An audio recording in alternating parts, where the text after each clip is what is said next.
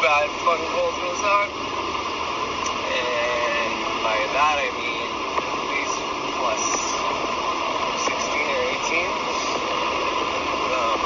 It might be alright, but it's like only plus 10 and it's raining. A little sketchy this time of year. Anyways, I fucking hate this. But anyways, I got a comment yesterday that I can't comment on. I was asked to not. Go around here.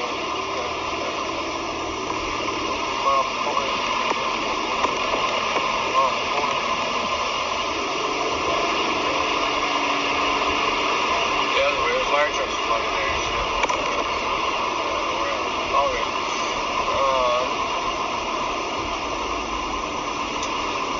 Yeah, so I was recording the ending of my fucking show yesterday with the conclusion, and a comment came up, and at first glance of the comment, I couldn't really tell what the fuck was going on. It looked like, I don't know what it looked like. It looked like something was said that I didn't understand. Anyways, it turned out it wasn't true. He sent me 2 comments and deleted them both. But it was about my entity video, about the fact that entities, initially they were not upset. They were wondering how I could say that we create all the entities. Entities can't affect you to your entity level. The person said something to the effect that we dropped the names and that I need to do something like this. And showed people being abducted and whatnot. And there was part 2 of the comments saying that they weren't against me, to not take it personal or to saying it as an attack, that they would take me as a friend, and that they themselves are a child like my children, and all that. So, and something about something as well, saying that he said something about he's going to hell, and that he and I are right, and they're supposed to be wrong. So,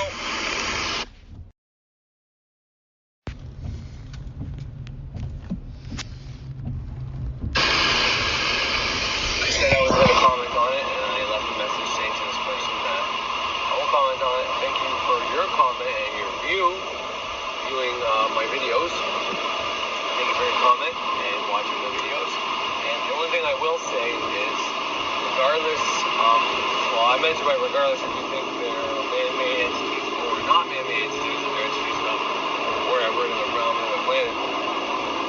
Regardless of that, the one thing I'd like to understand is that these things, these entities, cannot affect you unless you let them affect you. Let them affect you, then they will affect you. They can affect you.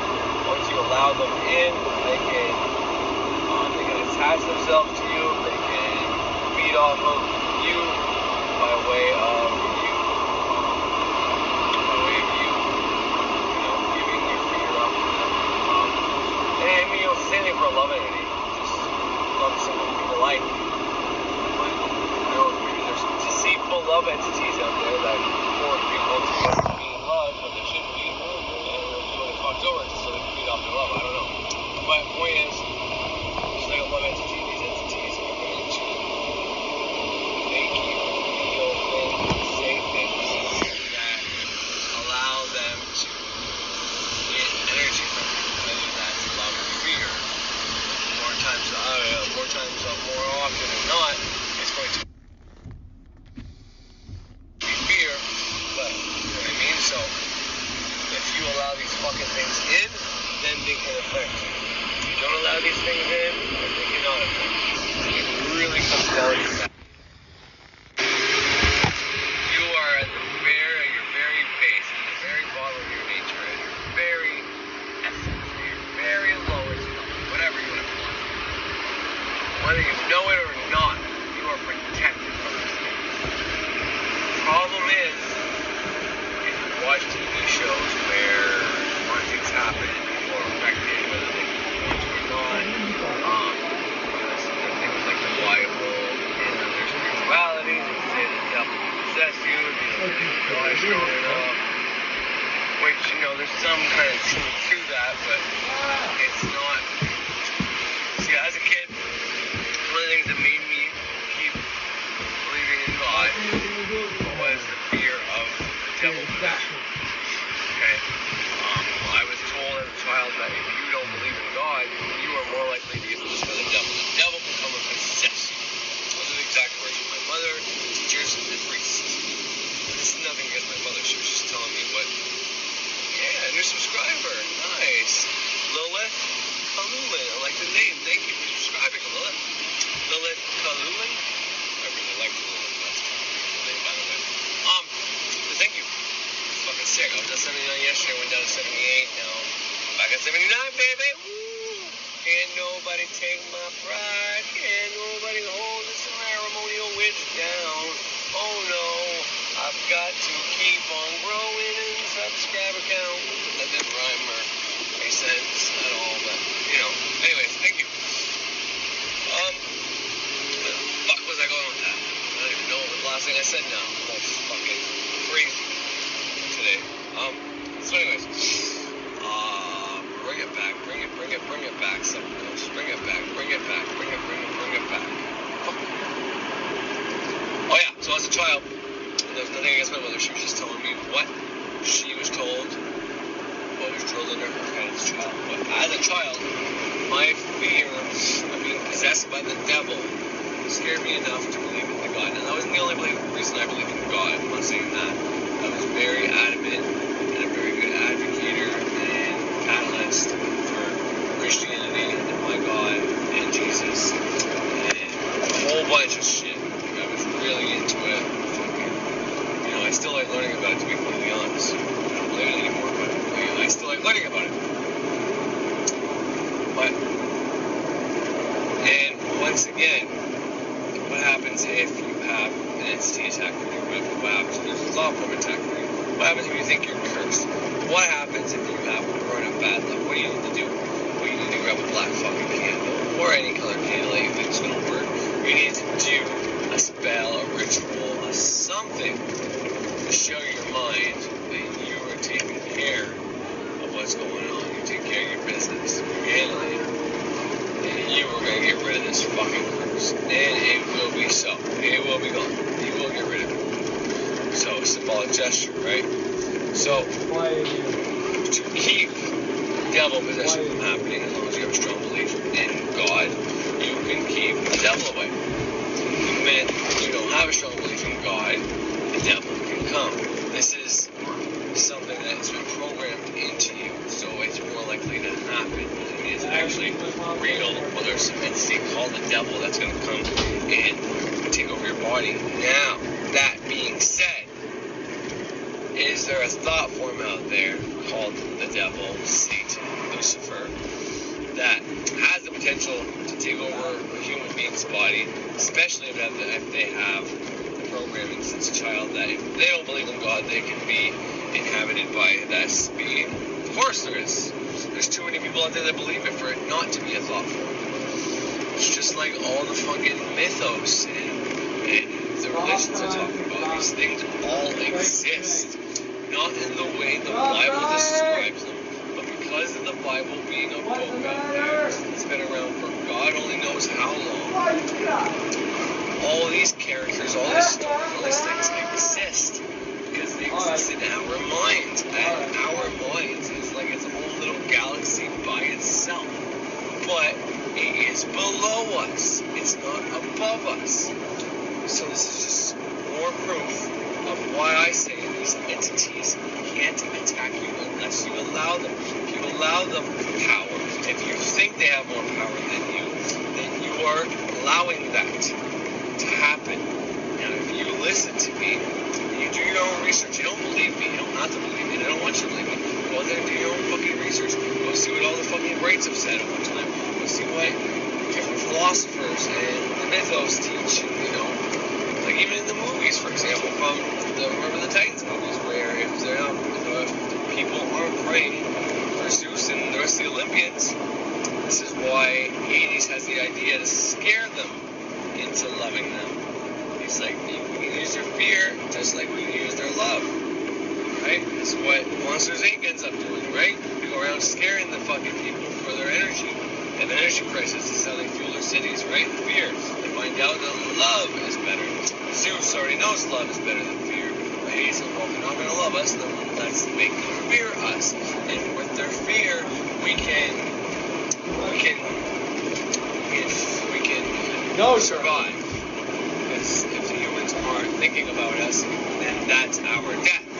If the humans are either fearing us or loving us, it doesn't matter, as long as they're thinking about us. It's like the life of a celebrity. No news is bad news. The bad news and good news is what they want. They don't care if it's bad news or good news. As long as people are talking about them, they have a career. No one's talking about them, that's the death of a celebrity.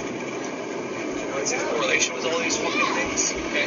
So, these gods get our attention.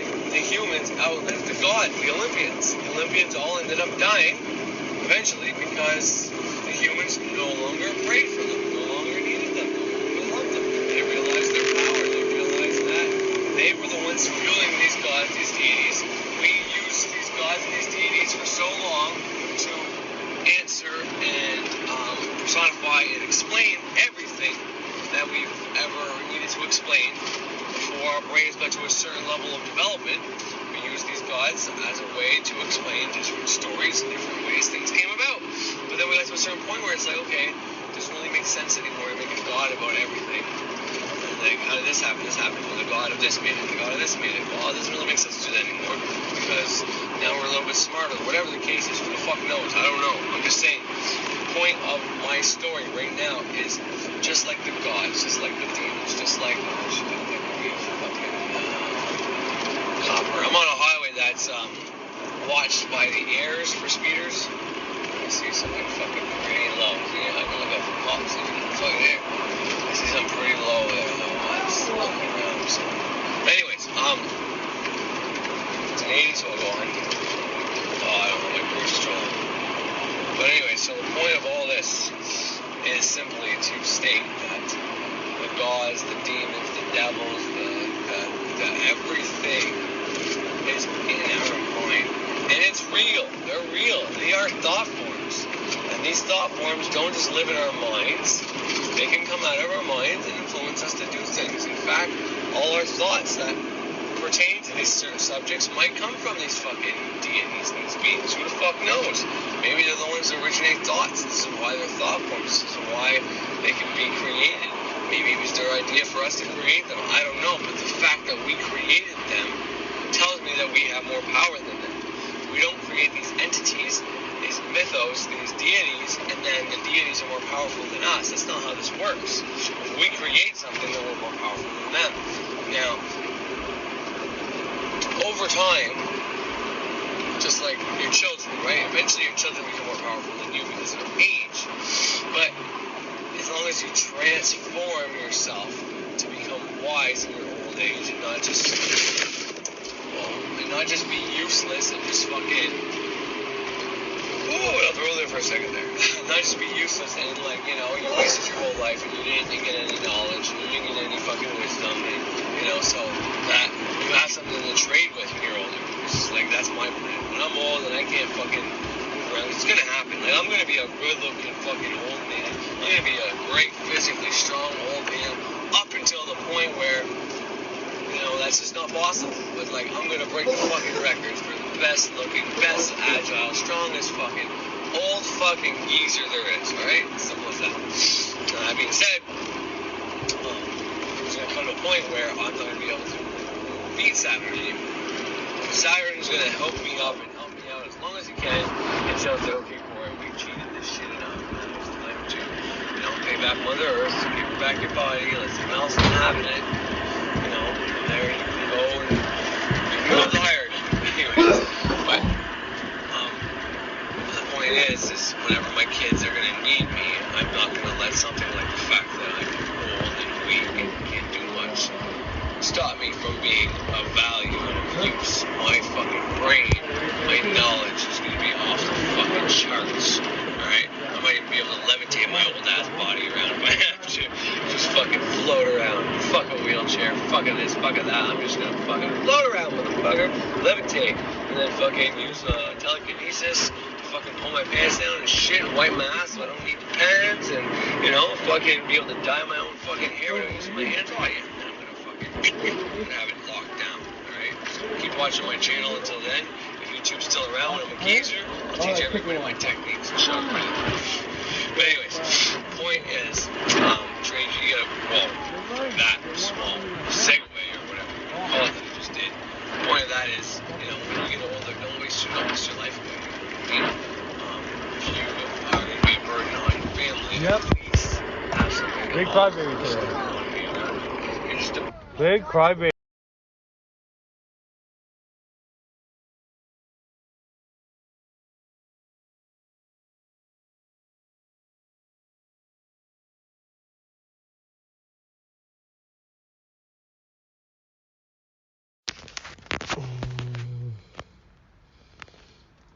get older, don't waste your life away. If you are going to be a burden on your family, please have something to offer so that they want to be around you. You're just a burden, just condescending and judgmental and not happy because, you know, you've traded in your youth for nothing good in your old age.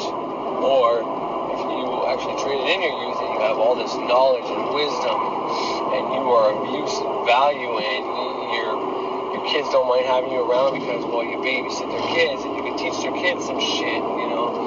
You have solutions to sometimes their problems and, you know, you might not be able to physically fix their fucking plumbing or their drywall, but you know how to do most of that shit. You've done roofing and troughing and siding and concrete work and painting and drywall and every fucking thing under the sun, every tree under the sun, so you have the knowledge of all these things. So all you have to do is explain, you know, and people are going to want to have you around. But anyways, this is way besides the point.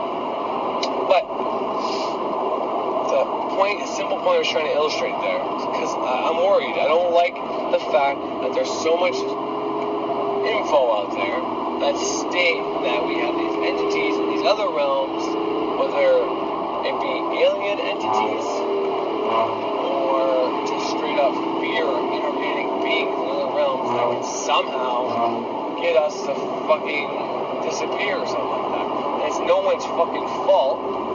It's not the people watching this stuff who end up believing this stuff. It's not their fault, especially if they're younger, or whatever the case may be. You know what I mean? They're more, you know, the younger you are, the more powerful you are. In the same sense, the more gullible you can be. So don't get that twisted. I'm not saying you're just fucking useless or anything like that. You haven't been around as long, so you don't know. Like me versus Thunder Wizard, I'm going to be more gullible than Thunder Wizard because I am not. I haven't been around as long as him. Whereas he's been duped and taken advantage of more times than I have already. So he can smell a fucking conspiracy or a fake conspiracy or, you know, a fake fucking trap con artist faster than I might be able to. And the same thing goes for me versus a child who's 15 or 16 or 14 or 12. They haven't been around as long, so there's a chance they might be able to tell this they're being conned, but in the same sense they might not either. So, I don't know where the hell I was going with that, but I had a point to that. But anyways, so this is why we help each other. But, nonetheless, the younger you are, the more powerful you are. And you can say, well, no, the older you are, the more wise you get, the more knowledge you get. Absolutely. But there's something to be said, especially about a kid in their teen years going through puberty.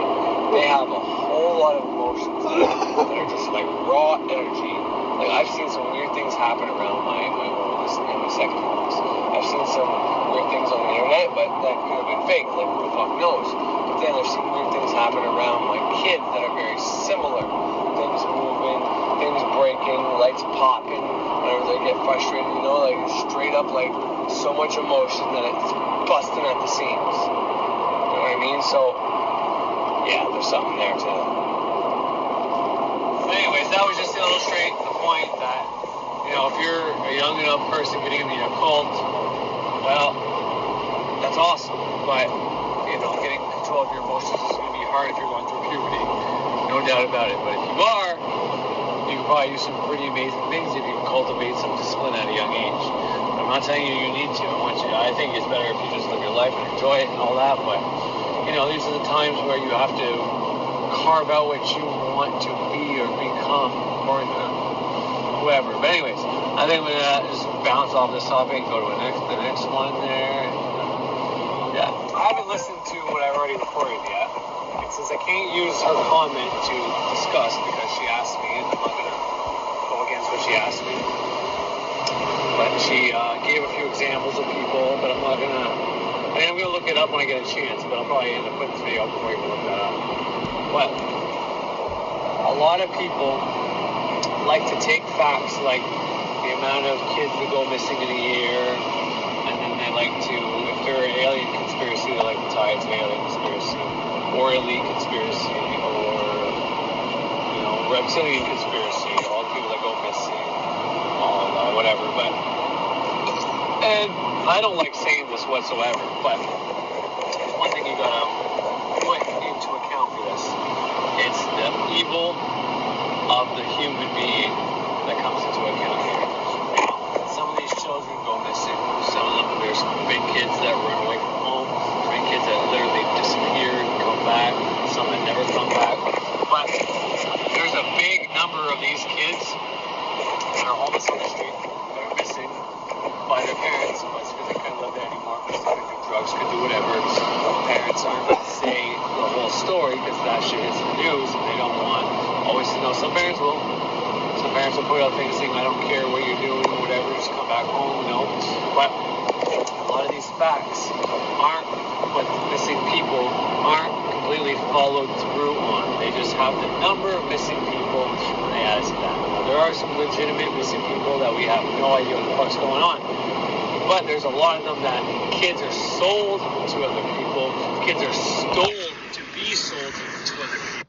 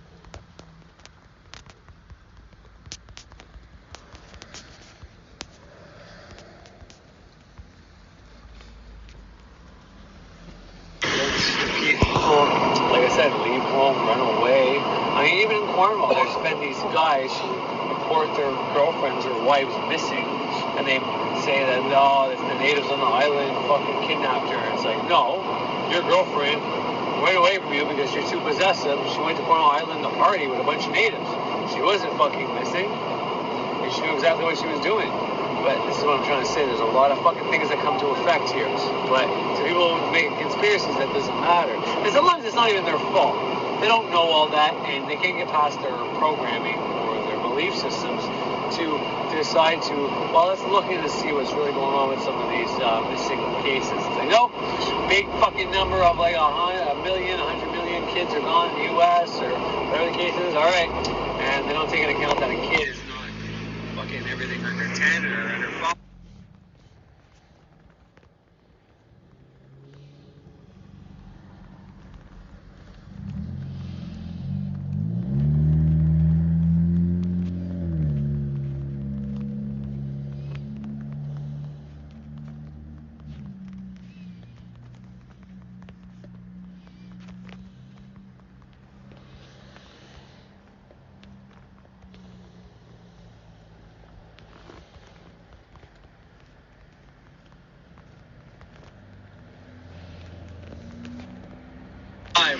Whatever.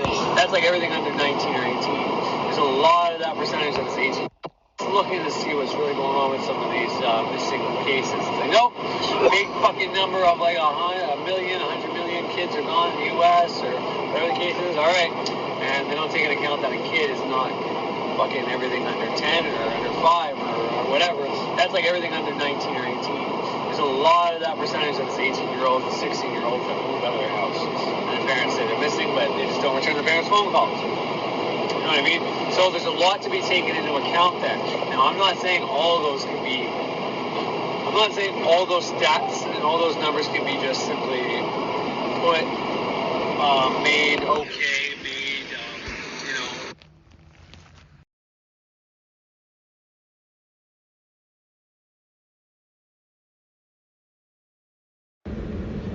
justify by one of these means.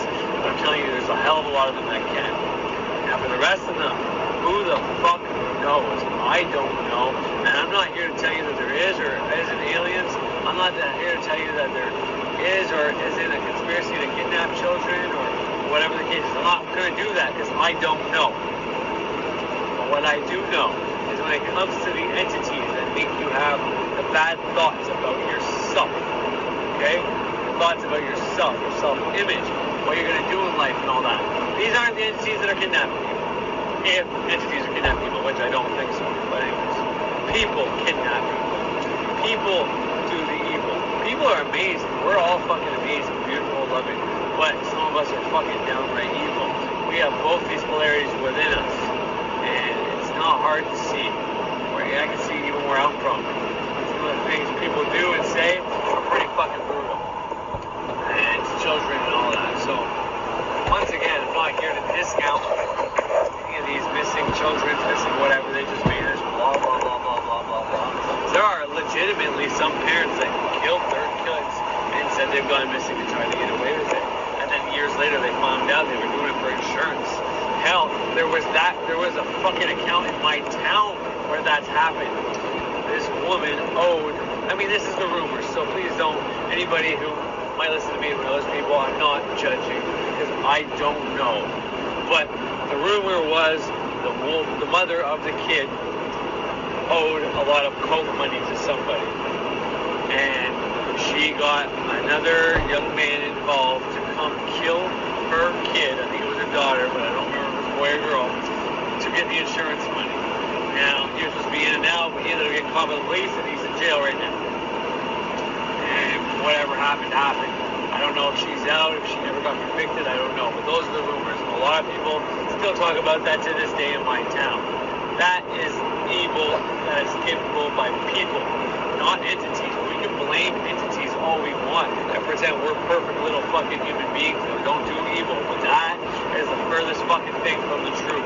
We have the capability to be on drugs and decide to kill our own children to get fucking money. We have that capability. The best mother listening to the sound of my voice right now has that capability in her. When everything goes wrong, that could happen. Not to that extreme, sincerely, but I know I've read a lot of stories about these great mothers that everybody thought was a fucking stand-up woman who shook her baby too hard because she was just overwhelmed, overstressed, baby blues, dealing with too many kids, having to go back to work, her baby not cooperating, wouldn't stop crying, and she couldn't get any sleep, and then she shook it out of just a fucking bloody, miserable, oh, it's gonna make me cry, fucking accident, and her baby died. And then she has to live with that for the rest of her life. That's a horrible, horrible thing to live with. When it was just like, she just didn't have the help. Her husband was maybe working, well, a couple of them, I don't know, I forget, I don't even want to get into specifics, but, I mean, the majority of those cases you see it's a single mom. But there's a couple of them where the husband's working, and when he gets home, he doesn't want to do anything, or couldn't do anything, or blames her, or whatever the case is. And it's just, it's sad. But the sad truth is, we all have the potential to do evil and bad things.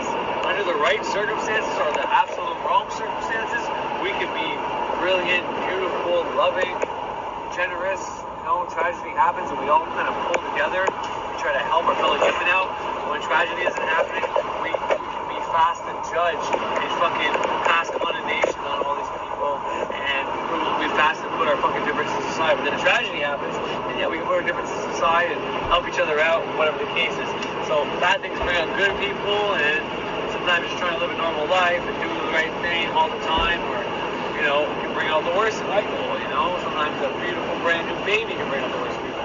Not sleeping, not enough money, stress, you know. There's just terrible things that happen. And I am not completely convinced that there isn't a big number of these stats that end up playing out like accidental shit that's blamed on whatever else. But nonetheless, there is disappearances, there is kidnappings, there is abductions, there is all this shit. But it's just,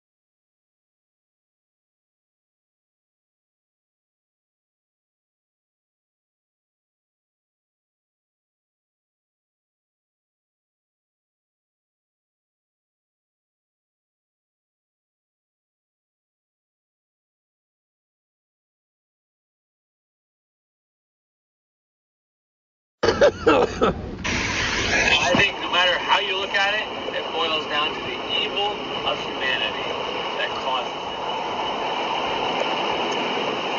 That's why it's so bloody important to get your shit under control, become depolarized, do the exercises I teach, you know, but you can't force people to do this shit, right?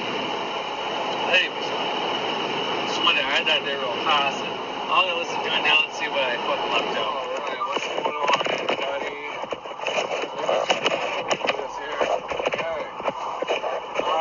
Well, that's blurry. Anywho, I'm going to not switch gears. I'm going to keep on the dark entity thought process elaboration and trying to show that, first of all, you have more power than these things. These things can affect you, but that is a personal choice if they affect you or not. And people can act like victims, and I'm not dissing anybody, and I'm not trying to be a dick about this. People can act like these things are more powerful and they can fuck with you and whatever the case is, but you know, you can't. You have to give your permission.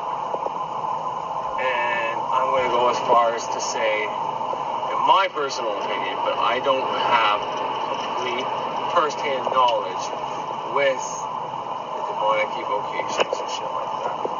But from what I've read and done, if the archangel, the invocation of the archangel, these archangels have dominion and agency and can govern over the demons, then to me, just to me, then I would say that even demons, even fucking with demons, and the demons that can come along and fuck with people and take hold on people and start fucking up their life, which can happen if you evoke a demon and you don't have the angelic, the archangels on your side and have a rapport with them and have activated them properly or whatever the case is. And yeah, these bad things can happen. But this comes from a knowledge or a lack thereof, a lack of knowledge about these things. So you start reading books about all these demons and what they can do and how to evoke them and how to get knowledge from them and all this. And it's like, okay, that's great. But if you evoke them and you don't do things properly and have circles and stuff like that, then you're not following the rules and you are maybe at their mercy or at their will or whatever the case is. Or maybe this is how they can affect you. But taking all that into consideration and doing research and trying to figure out exactly what's going on, when you find out that these angels have agency over them, you have them on your side, you use them frequently, and whatever the case is, then you'll be okay. I think the problem lies when doing stuff with demons. I think the problem lies when the practitioner doesn't know enough and is going from information from also other people who either claim to do demonic evocation but don't, or claim that things have happened with demons that haven't, you know what I mean, just to get views or hits, or God only knows why they do it. But, you know what I mean, I think that's where the problem lies, is when people talk out their ass about stuff and don't really know, and then people just take their words for shit and don't do their own research, and then they don't really know, but then they try this shit. And like I said, this is me speculating, but if you're going to do something like that, it would only make sense to do everything properly and take all the information you possibly can. If you're in so much desperation that you decide to evoke a demon to get money or power from girls, and then everything goes to shit because you don't have control of your fear. You are in fear because you still think these things are more powerful than you. And so why you're evoking this demon to get power, money, and whatever else, when it's not necessarily necessary. I think these things were created for a baneful intention, but can be used in a positive way and or to help yourself. But nonetheless, I'm not going to get into all that, but I'm just trying to illustrate the point that even when you're dealing with something like demons, who are over thought forms, but under the archangels, but to me still are a type of the egregore at this point. It would be a massive thought form. It would be an egregore, but still below us. They still need either fear or love to have power. Once you evoke them, you need to feed them something, give them something for them to stick around and want to help or fuck with you. And if you don't do things properly, then you release, or I can't speculate on that, but I have a feeling that certain people do this, they don't do it properly, and then this entity is kind of there, and it probably doesn't want to be there, but it's probably there around them, and is, has no choice, but it has to, how to survive, it needs energy to be able to be on the spiritual plane or whatever. So now it has the ability to be able to scare or create fear as an emotion, because these things are predisposed to that. They're not the loving entities, they're the fearful entities. They're that vibration. Anyways, all this was simply just to say that, I'm going to be really late today, is simply all just to say that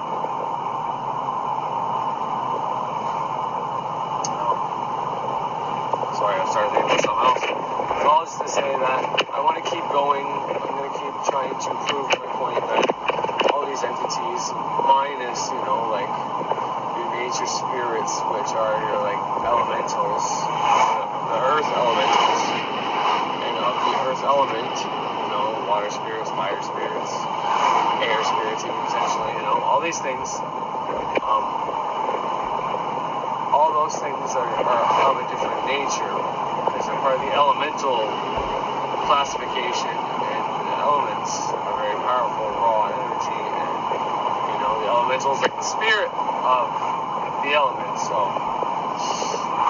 but, besides that, I think everything is an entity of a thought form of created nature by humans, and the ones that are like demons that are more feared on a bigger level, it's simply us that have powered that, but it doesn't change the fact that we are above them and can command them. But there is a specific procedure to command them, and there's also a specific procedure for them to fuck with you if you don't do it properly. Anyways, I'm going to go to my initial first mentors, and one of the ones I talk about the most, Prater Xavier, and I want to play a few things from him. 3 mailbags.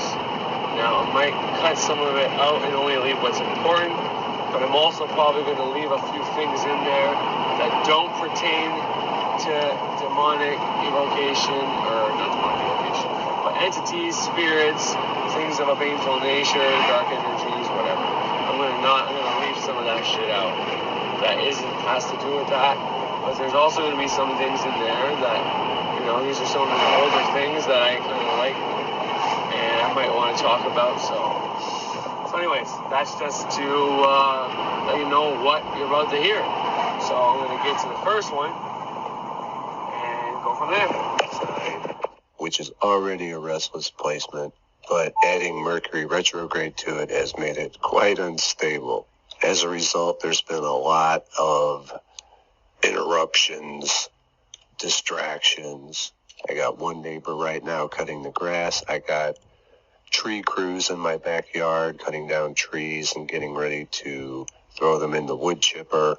This is something the power company has sent out to clear tree limbs and branches from around the power lines, as they do every couple of years. So we're just going to have to make do.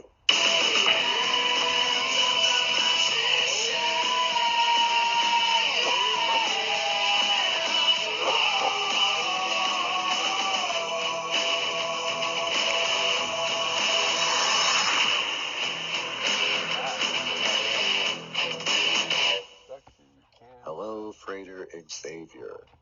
I've been binging on your channel all week. Holy shit. Anyway, I work on a children's cartoon and can actually put hidden symbols in there from time to time. As a joke, I put pseudo Illuminati and actual Illuminati symbolism in episodes.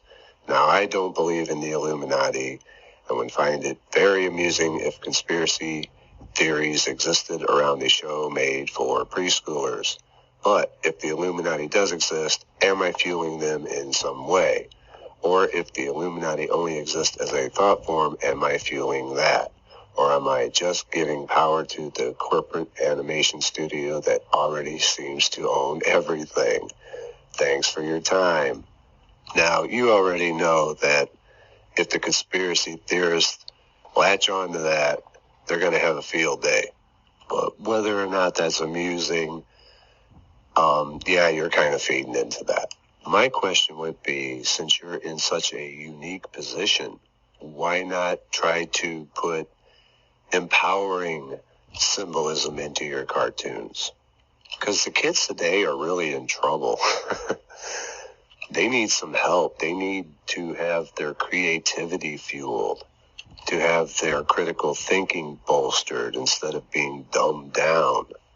You are actually in that position to shape the minds of the youth without them even knowing it. That's a pretty awesome responsibility, to know that you can actually make a difference. So you might want to give that some thought and consideration. And I appreciate the question. Will you please turn up the volume of your videos? Well, I have. In fact, I think they're almost a little too loud now. But I could be wrong. I know my earlier videos were very, very low volume. See, the thing is that I wear headphones when I'm recording and listening. Rarely do I ever use speakers. And so everything kind of sounds loud to me. But I am using a normalization on the videos now, which does increase the volume. Thanks for the question. Hello, I just began the neophyte grade as outlined in L.C. Thomas's book. And I just had a question or two regarding the daily ritual formula. I saw in the end of the chapter regarding the neophyte grade, I think it was the end of 4 or so, that no tools are really needed other than robe, censer, etc. For a while, I was using a quartz point as somewhat of a wand during the cross and LBRP, and was wondering if I should continue or discontinue doing so. and what the leeway is on this idea, and also, is it of any paramount importance whether I make the point of Malkuth at the solar plexus or growing? I think this is all I really need help with, so thank you very much in advance for any help. Regards.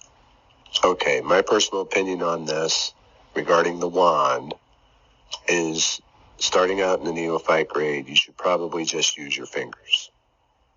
That is your index and middle finger pointing outward.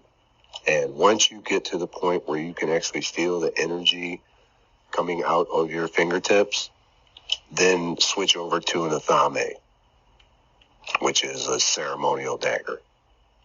The LBRP and Kabbalistic cross, you should be using an athame, not a wand. I don't really think that it would hurt to use a wand, but at the same time, you have doubts, and those doubts will hurt your practice. I know a lot of people get caught up on the technicalities, and that's one of the biggest stumbling blocks to performing magic. Because when that doubt creeps in, that's when things get messed up. It's all in the frame of mind that we hold. I'm sure there's some people out there that have used wands and never thought twice about it, and they work just fine. But if you're in doubt, go with the book. Start with the fingers, which is actually good training to have the energy flow through your arm and out your fingertips and actually be able to feel that. Then I would switch over to an athame and have the energy flow from your hand through the athame and out the point. As for the second part of your question, the solar plexus. Again, this is something that a lot of people get hung up on the technicalities when it's more important that you feel you've done a good job. And a lot of these things are self-correcting anyway. After you've been doing them for a while, you will have a sudden realization that you should be doing it a certain way. That's just how these things kind of happen. The solar plexus is a very protective center. Groin is the root chakra. And during the Kabbalistic cross, you are activating those higher faculties, separate from the animalistic and carnal desires. As you can see, it's the conscious mind that always seems to get in the way, especially at first. This will improve as you keep doing your exercises and your meditation. And I appreciate the question. Thanks. Thanks you for this info, but can you let others know not to touch their testicles when doing this? If you think this is painful on your face, touch your balls with this all over your hands. It's not funny. The pain was so bad. Well, ever I have children again, my nuts boiled. They look like the tomatoes you get in a can, red and swollen. It's not funny. It's pretty funny. It's a little over the top, but it's still kind of funny. Of course, this is in response to the lemon and honey skin remedy, which I believe I did say to use it on your face. Not your balls, but your face. Aries, sun in Aries. Aries rules the face. So yes, kids, do not put this on your genitals unless you really enjoy that burning sensation. Some like it hot and some not. When the heat is on. Oh my. Hey Freighter, quick question. First off, I'm loving your sigil magic course, by the way. But I was wondering, could a sigil work in the form of art? By drawing pictures and simple doodles, but the drawings would be my desired outcome in picture form. I hope that makes sense. Take care. Yes, absolutely. Now, I've already answered this gentleman's question in an email, but I wanted to also answer it here. Yes, you can draw art form sigils. Now, that's not the way that I do it, so I can't really testify towards it. But I do know that others have done it and do it. I'm going to put a link for those interested here with Grant Morrison, the famous comic book author of The Invisibles, talking about how that entire comic book was a sigil, and that what he would do with the characters would come to pass. And the character that was based off of him, he actually put into the hospital and then had to get himself out of it. But I'll leave that for you guys to watch. And I appreciate the question. What I've learned so far is that I have to limit the information I consume each day. There are so many techniques and everyone seems to be preaching their own story. But there are so many stories with conflicting elements, it can make your head spin.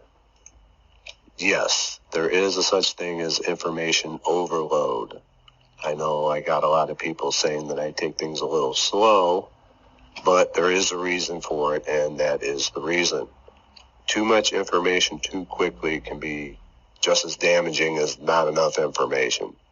It's just the polar opposite. There has to be time to internalize that information and get the understanding out of the information. It's just like eating. If you just start scarfing down your meal without chewing at a rapid pace, there's a pretty good chance that you're not going to be able to digest that properly, and you're going to get indigestion. Well, it's the same thing with information. You have to learn to internalize and digest that information. Thanks for writing in. All right, so I know so far he hasn't really talked much about my topics. Why is it so fucking blurry? Anyways, like entities and thought forms and whatever else that I've been talking about, and most recently demons. So, but I mean, there's so much good small little tips in here for anybody just starting out in magic and the neophyte, from like why you point to the solar plexus, why you don't use a wand, and why you have to wait for an athame. The first question had to do with thought forms, the Illuminati thing, and I know that was pretty cool what he answered. To so much more, right? So just this is where I think this first part gets into entities a little bit. This question that you're about to hear, and then I think it's the question after this, or more, yeah, question after this that I really like, that really hits me on a very emotional level. And you're going to hear him be emotional. I think I played this before, but I don't remember where, so, but I'm going to let that play. I'm probably going to let this whole mailbag play, because it's got so much useful information. But, and I mean, I'm going to not talk about anything that doesn't have to do with what I'm talking about. I'm still going to let it play. I think it's important for people to hear this shit. But anyways, just so we know. But I think right here, he's about to get into some entities and thought form stuff. Hi, I just watched the video on entities, and I was wondering when in my magician parkour these things could start to show up to me. Not that I don't believe in those entities, but to be honest, I don't feel like I've ever been in contact with such negative energies. I'll try not expecting them to show, but still I feel like I need to be prepared, and I want to be sure I can make the difference between a real negative entity and my mind playing tricks on me. Thanks a lot for your videos. All right, so these things start showing up when you start thinking about them, focusing on them, and concerning yourself with them, because that is your intention. And you say, well, Frater, that's not my intention. I don't want to have these things around me. But the subconscious mind doesn't understand negative terms, such as I don't want these things around me. It's going to ignore the word don't. Anything you focus on is what the subconscious is going to assume that you want. And this is where most people get screwed up, not just with entities, just in life in general. They focus on not having money, not finding love.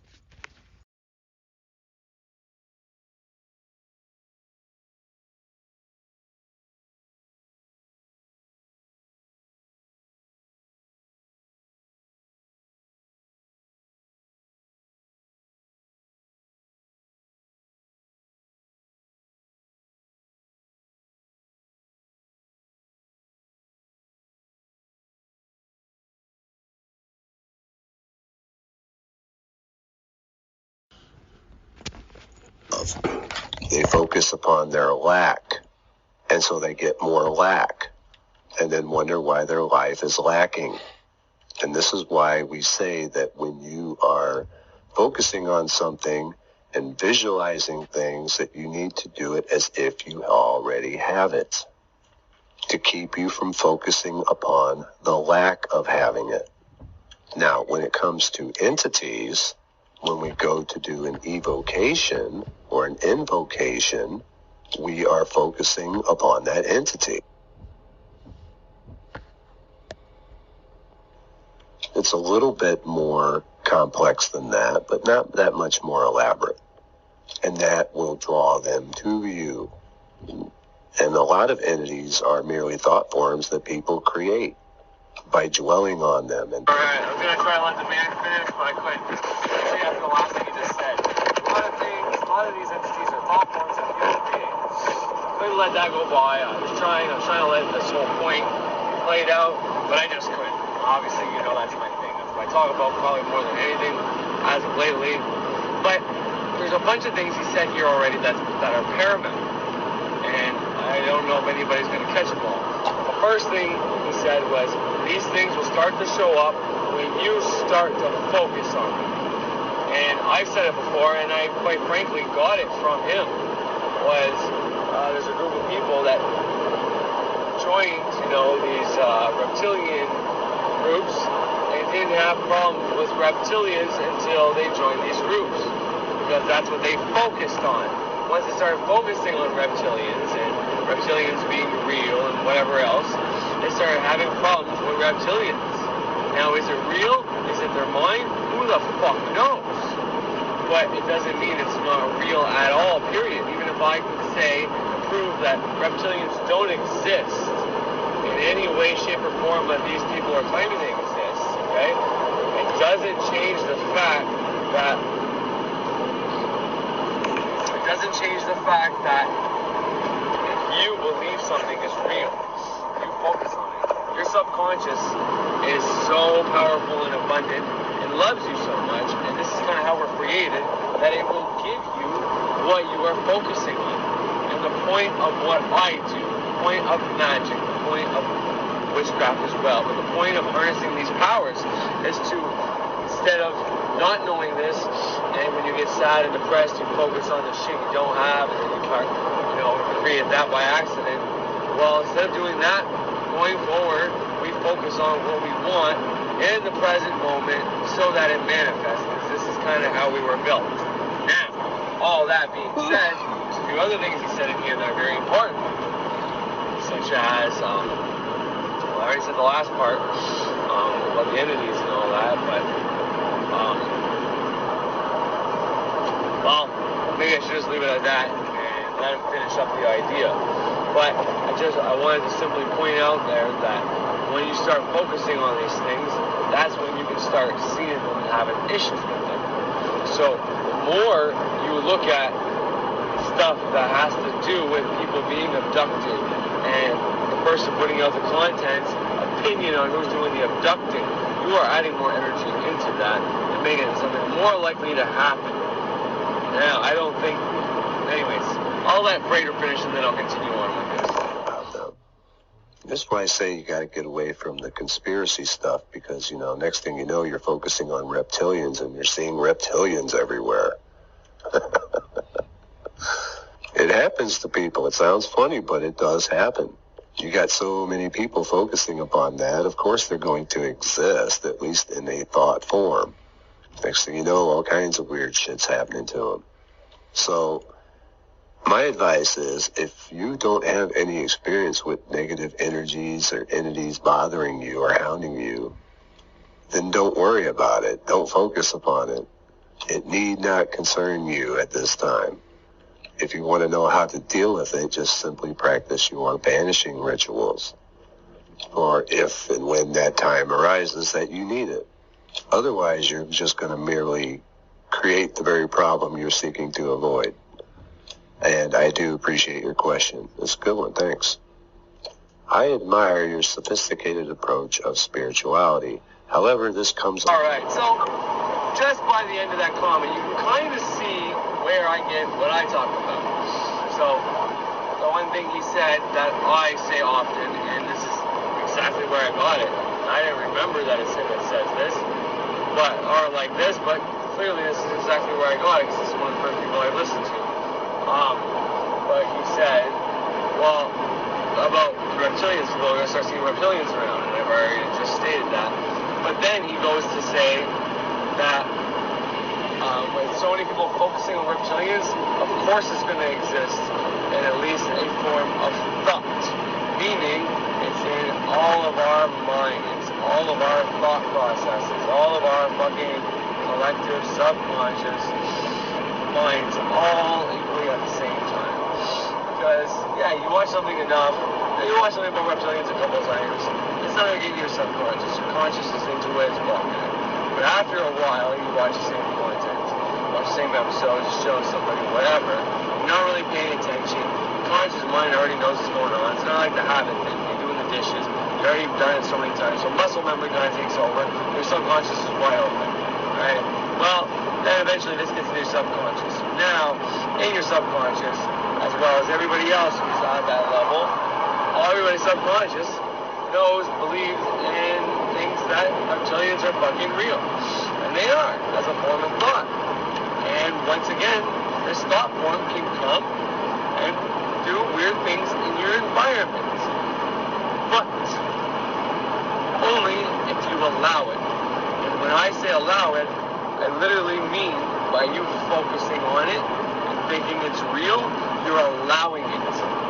So you don't want to allow these things. You really got to get in your head and not just take my word for it and be like, okay, well, I don't want these things to affect me, so I'm just going to believe Corey even though I don't believe him, and understand that these things are thought forms and that they can't harm me. Well, first of all, it's not that simple. And second of all, you shouldn't take anybody's word for anything. But you need to, if you want, anyways, you should come look at information and come to that realization that, you know, all these things are thought forms. And they can do anything from, you know, sometimes just physical things that can be in your environment. Now, from my experience, that's more dealing with elementals and or, I don't know. Anyway, I'll leave it at that. But the thought forms and entities that we create, unless it's been around for a long time, has a lot of energy and power built in it, generally they are not the ones that write things on the wall or move things and shit like that, because these things happen. But once again, moving keys across the table, moving a chair, breaking a light, having things written on the wall is to scare you. And it's about as good as it can get. The only worst thing I would say they can do beyond that is infect your mind with thoughts of, you know, maybe you should kill yourself, you're going to be pretty. Things that would lead you to maybe potentially, eventually, worst case scenario, wanting to commit suicide. Or be arguably the next thing or even worse. You think these thoughts are your own, you're accepting them, and really they're coming from somewhere else. But these are the levels that they can affect you at. No more, no less. I've yet to be able to prove that, because I've had weird marks on my body, and I've commented on this before. And, you know, you read things about succubus and incubus and shit like that, and certain marks that you can tell that something's happening, and whatever else, blah, blah, blah, blah, blah, blah. But as far as I can tell, I've been trying to put together and see if that's what's going on. And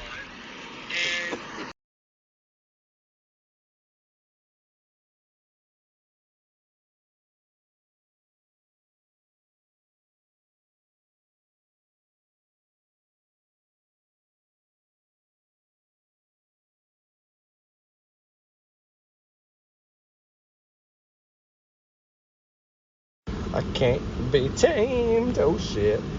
you know, I can't actually prove it yet. So, until I can prove it, I'm going to go with the opposite, which is they can't leave marks on their body, but unless you allow them to, probably. But anyways, all this is to say is, yeah, I guess that's where I got that information. And it's true. It's absolutely true that these things exist as a form of thought. But they can't harm you. Unless you think they can harm you. And even if you give this thing authority and power, and you think it can harm you, the way it's going to harm you is it's going to put you in a fucking abundance of fear, making all these things move and break, freak you out, and then give you crazy thoughts about what exactly is going on when it's doing those things, to make it seem like it's more powerful than it is. It's an illusion. Part of the reason why magic is another term for illusionism. You know what I mean? Magician is someone who does sleight of hand and illusions. Well, these entities are kind of doing that too. Move your keys along, break a fucking light, write something with the steam or whatever else, and then, give you a bunch of crazy thoughts on how powerful they are. That's just the tip of the iceberg, and if you don't do what they fucking say, then you're going to go even further, and it's like, okay, well then do it. Fucking prove it, bitch. And you'll see nothing's going to happen. But anyways, so I'm going to continue on, so that's the first part. I'm only going to chime in on the thought form stuff for right now. It's already going to be a long enough video, so anyways, let's keep going. Making spirituality a tool. It sounds like using the subconscious and collective subconscious as means to an end. The result that benefits the magician seems to be the core of your teachings. This became especially clear when you talked about Jesus' teachings in connection with the old wisdom, what goes along, comes along. This made me question the mindset of the magician, because I believe in altruism without the condition or premise of having positivity return to you. It's why I dislike the idea, not saying it doesn't exist, of karma. Do you only forgive people on purpose to keep the circulation flowing, or is there something like true love for the sinner?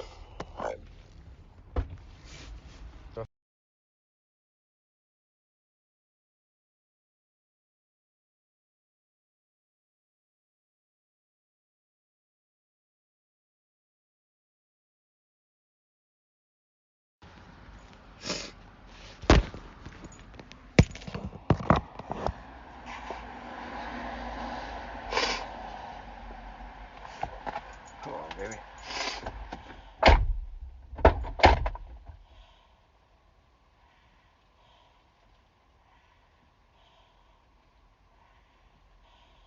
I'm not trying to judge you, just really interested in your point of view.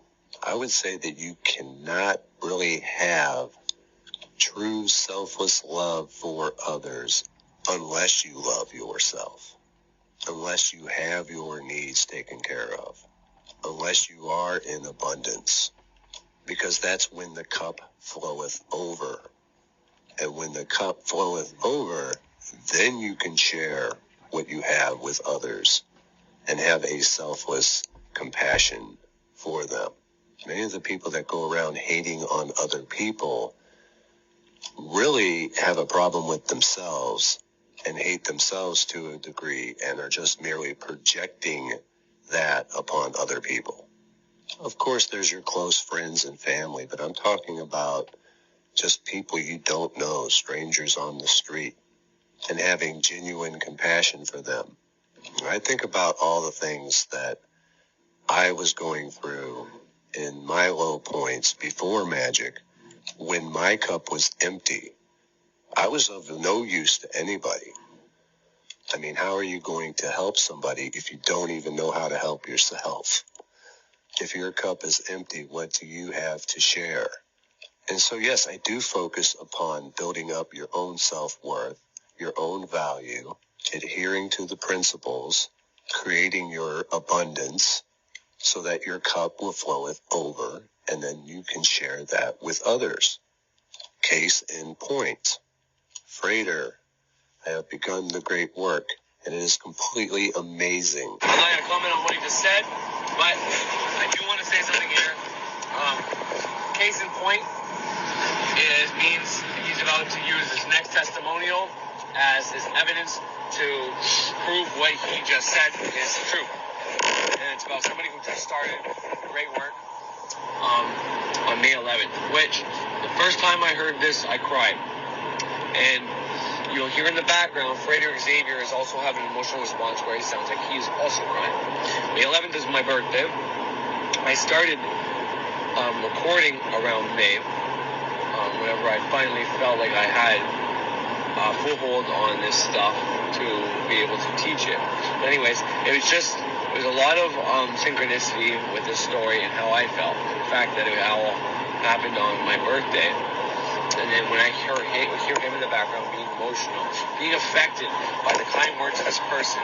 And it's not even that, like whenever this person's explaining, like saying holy astrology, and he has respect for the god names, and there's a few other things, and it's not even the flattery he's giving Frater that Frater is getting emotional about. It's the way this person is referring to the curriculum and the great work that is choking up Frater Xavier, because maybe he's thinking about himself when he first started and how it helped and saved his life.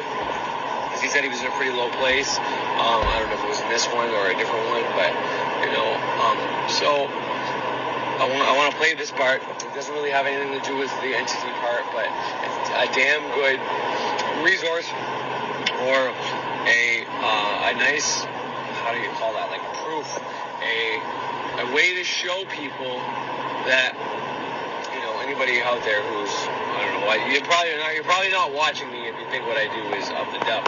Anybody out there who might still think that this shit is of the devil, this is a good example of why it's not.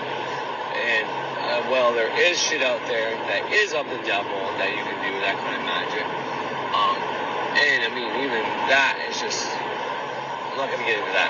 But this is just a good way to show, like, Frater's humanity, that he doesn't have a chip on his shoulder, that he's not fucking whatever, He gets emotional responses. He likes helping people. And, whenever he says he's still humble, I mean, it's easy to tell that that's true whenever you have a video like this. But anyways, I'm going to play this. This may be the last part of this one. Then I'm going to rock out till I get to work. And then I'll come back when I'm done. Although you guys won't know any of this because this will be all uploaded when it's uploaded. And you'll see it all at the same time. I don't know why I'd say that shit. I always feel the need to say that. Anyways. Since I started, I can see things in a different perspective. I am much more positive, and my feelings toward everyone and everything is so much better. Yes, it is a strange feeling to have, but very exhilarating. My perspectives are so different, almost indescribable. Just over the last few months of doing the simple exercise of banishing and rejecting bad thoughts, as well as accepting good ones, is a life changer. My heart is feeling awesome love for people. I see everything is beautiful, and so let it be. I started the Kabbalah work on May 11th.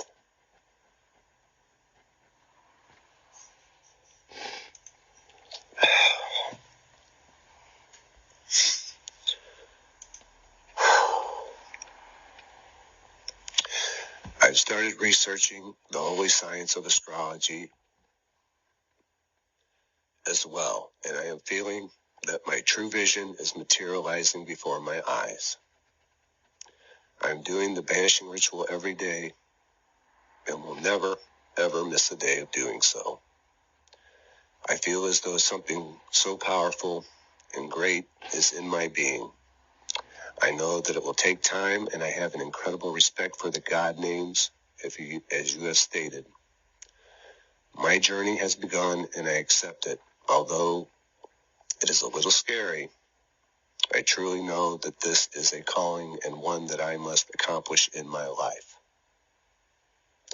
I want to thank you with all my heart.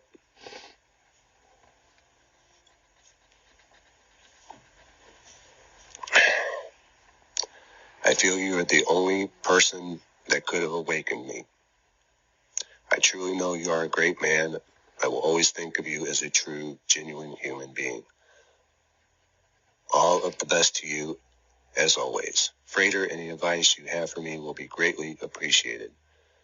Always looking forward to your videos. So much amazing info. You are the best. Sincerely, Kevin. See, this is what it's all about for me. Not the flattery, but making that positive impact, which I wouldn't be able to do if my cup didn't runneth over. And then he'll be able to fill his cup, and then he'll be able to make the same kind of impact on people's lives. That is how it's done. You have to first lift your own spirit up, to be able to lift the spirits of others. You have to climb to that high position to be able to reach down and pull somebody up with you. And it's in that knowing that I made a difference, that kind of impact. That's what brings the joy to my heart and keeps the cup filled. Kevin, just keep doing what you're doing, brother. Just by doing those few exercises, you're already more advanced than the majority of the population, than most of the people that you're going to meet. Keep working upon your work, and you will begin to make that kind of impact on the lives of others. And I appreciate both the question and the letter from Kevin. Thank you very much. Your videos are truly inspiring. There's only been one other person in my life that has made the impact you are, and for that, I thank you. Thank you, Frater Xavier, for helping me reconnect with my faith. See, it's not a fluke. I get just as many messages with people expressing their gratitude towards me as I do questions. See, what people think of spirituality is actually backwards, thinking that you got to be selfless and to help others.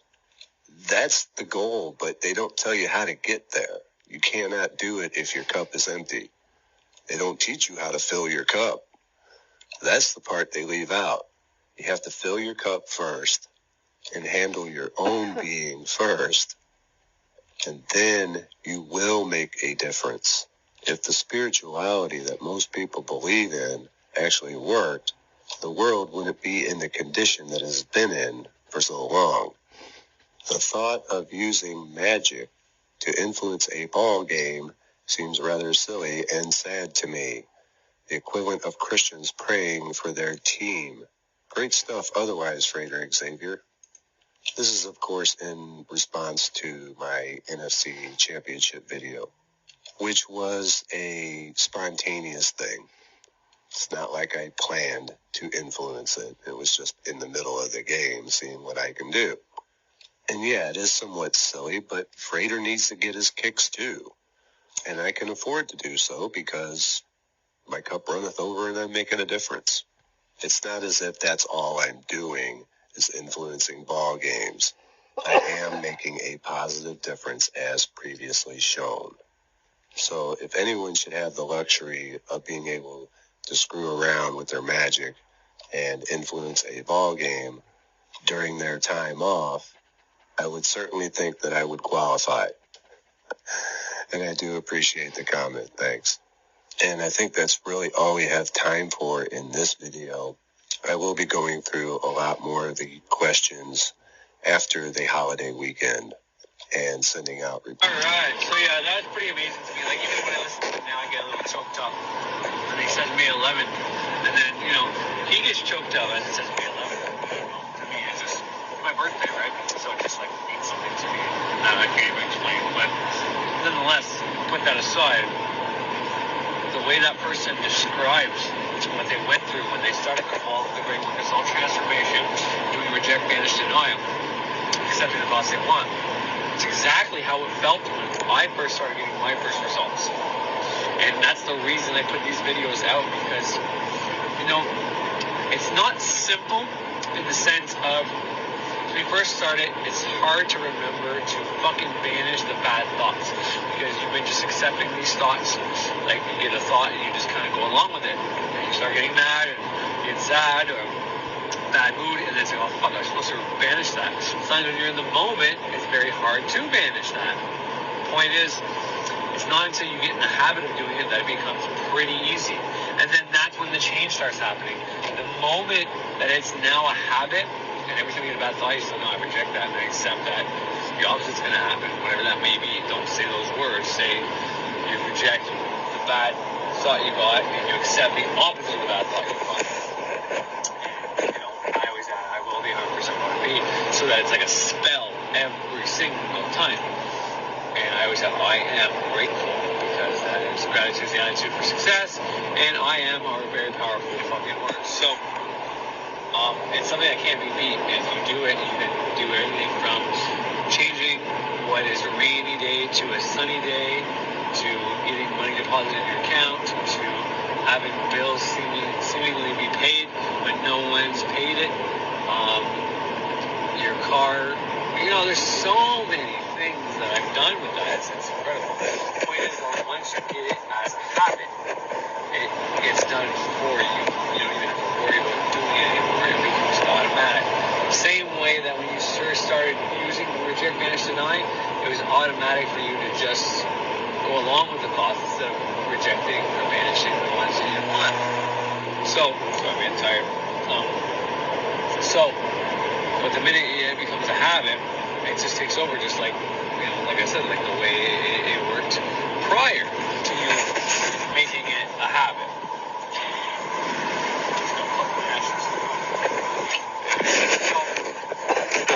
Yeah, that's one of my favorite mailbags. It's, I think, one of his top 5th or 6th one. Because there's a wide array of questions that are all fairly important to a new user, a magical user, and more than that, what was said right there. A person taking on their journey and knowing that it's scary, but they want to do it anyways, and blah, blah, blah, blah, blah. It's just amazing. That's not what the topic of today is, so I'm going to leave that at that. I just really want to play that because it's amazing. Now I have to sift through the next stuff, and anything that I don't want to play or is not relevant to what we're talking about, I'm going to just cut it out. But anyways, without further ado, let's get back to the show. So this next clip I want to play, I think I played it before, but it really pertains to what I'm talking about. Now, like I said, I can't get into the question that was asked and who it was and all that, even though I think I've probably already somewhat said it in a roundabout way. Nonetheless, the fact that I know, because like before I know who some of my viewers are, I can assume that they're all people my age or older or adept magicians and witches that already have a good know-how, and they're just, coming to see if I do things differently or trying to switch things up. But then when you know without a shadow of a doubt that you have someone who's younger, more impressionable watching you, that really affects me. It affects me in a nice way, and I like that, to the point where, they say they consider me a friend, and that's great. And, I have children of my own, and my children, from a father's perspective, I want them to watch and hang out with people that are, good role models. I don't want my kids to be square little straight edges, I want them to get themselves in trouble and learn their lessons and do what they gotta do, and I'm going to be there to help them along the way, and, if need be, kick their ass and get them into shape, whenever they, one mistake, but then if they keep making the same mistakes and not learning their lessons before they get into trouble, that's when you gotta step in. So that being said, knowing that there's a younger person watching me who, is obviously does watch conspiracy stuff, and who doesn't? Everybody does. But you can't go down that rabbit hole too deep. But everything happens for a reason, so I'm sure this person is all part of their path anyways. But the point I'm trying to get at is knowing that there's a young mind watching me that's impressionable. I don't want to give out the wrong information, nor do I want to scare anybody away from ceremonial magic and or magic in general, witchcraft, whatever the case is. But I feel it's part of my personal responsibility to, make this as clear as possible. Now, everything I've said thus far about how we have control over everything from, the archangels, keep the demons at bay. If once you start working with them, you activate them, you build a rapport with them, doing the invocation of the archangels with your lesser banishing ritual of the pentagram, you start building that rapport, and you are able, they're going to keep things at bay for you, basically, until you do that. But nonetheless, that still means to a certain extent we have, not that we command and control the archangels, but to a certain extent they are there for our spiritual development. It's not like a command and hierarchy structure, although you can look at it that way. It's more as if a reciprocal relationship. But they're purpose, if you want to call them a thought form or an egregore, is to protect you. And you can call on them because they have different abilities as well, such as, Archangel Raphael is healing, But anyways, so knowing that I have a young mind watching me, I want to try to make this point clear. But what I'm about to play next, it might frighten people away from ceremonial magic and anything else. And I want people to understand that as much as I don't want to scare people away from doing this kind of stuff, but you don't need to do this stuff. If we all are continuously manifesting our circumstances, and there are many ways to be able to manifest without getting into ritual magic, ceremonial magic, witchcraft, none of that. However, there are pros and cons to everything, and to me, there's way more pros doing ritual magic, ceremonial magic, than just doing your simple day-to-day, like in my last video, the technique to try to manifest something. That's a longer way, but you can do it. But if you want to start being able to control and manipulate your life at a faster pace, as far as I can tell, the different witchcrafts and ceremonial magic techniques that I do are a faster way of doing that and doing multiple things at the same time, which is not what you do in the beginning. But the point I'm trying to get at is what you're about to hear has happened. There's a person writing in a freighter talking about a specific situation with entities and things he's been seeing. And Freighter says that, people might think you're crazy, but this has happened to me, and gives examples of things that's happened to him. And after you hear it, I'll give you the examples of the things that happened to me. And literally just as recent as last night. And after this clip, if I have time, I will play another one. But it's a different polarity. It's a loving polarity rather than a fearful polarity. And the purpose of doing this is to show that, part of the package is this. And you have to be prepared for this. Now, once again, depending on your signs, because if you have strong Pisces signs or any of the water signs, then you might not have to do any ceremonial magic, and you might be more susceptible to people's thought forms and or the nature spirits and any other entity, basically. But for the most part, if you're not invoking anything or evoking anything, you're not calling anything to you. And even if you are, if you do it properly, there's really nothing to worry about.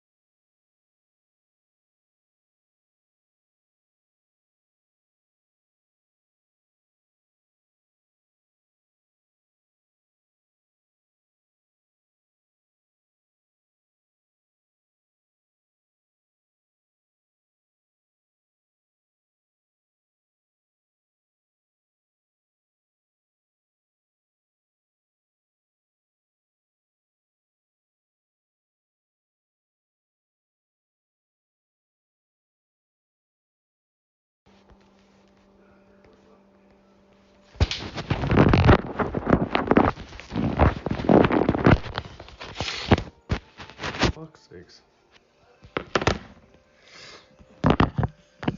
If you're not invoking anything or evoking anything, you're not calling anything to you. And And I mean, even if you do it properly, there's really nothing to worry about. And you know what I'm trying to teach in this lesson, that you have control.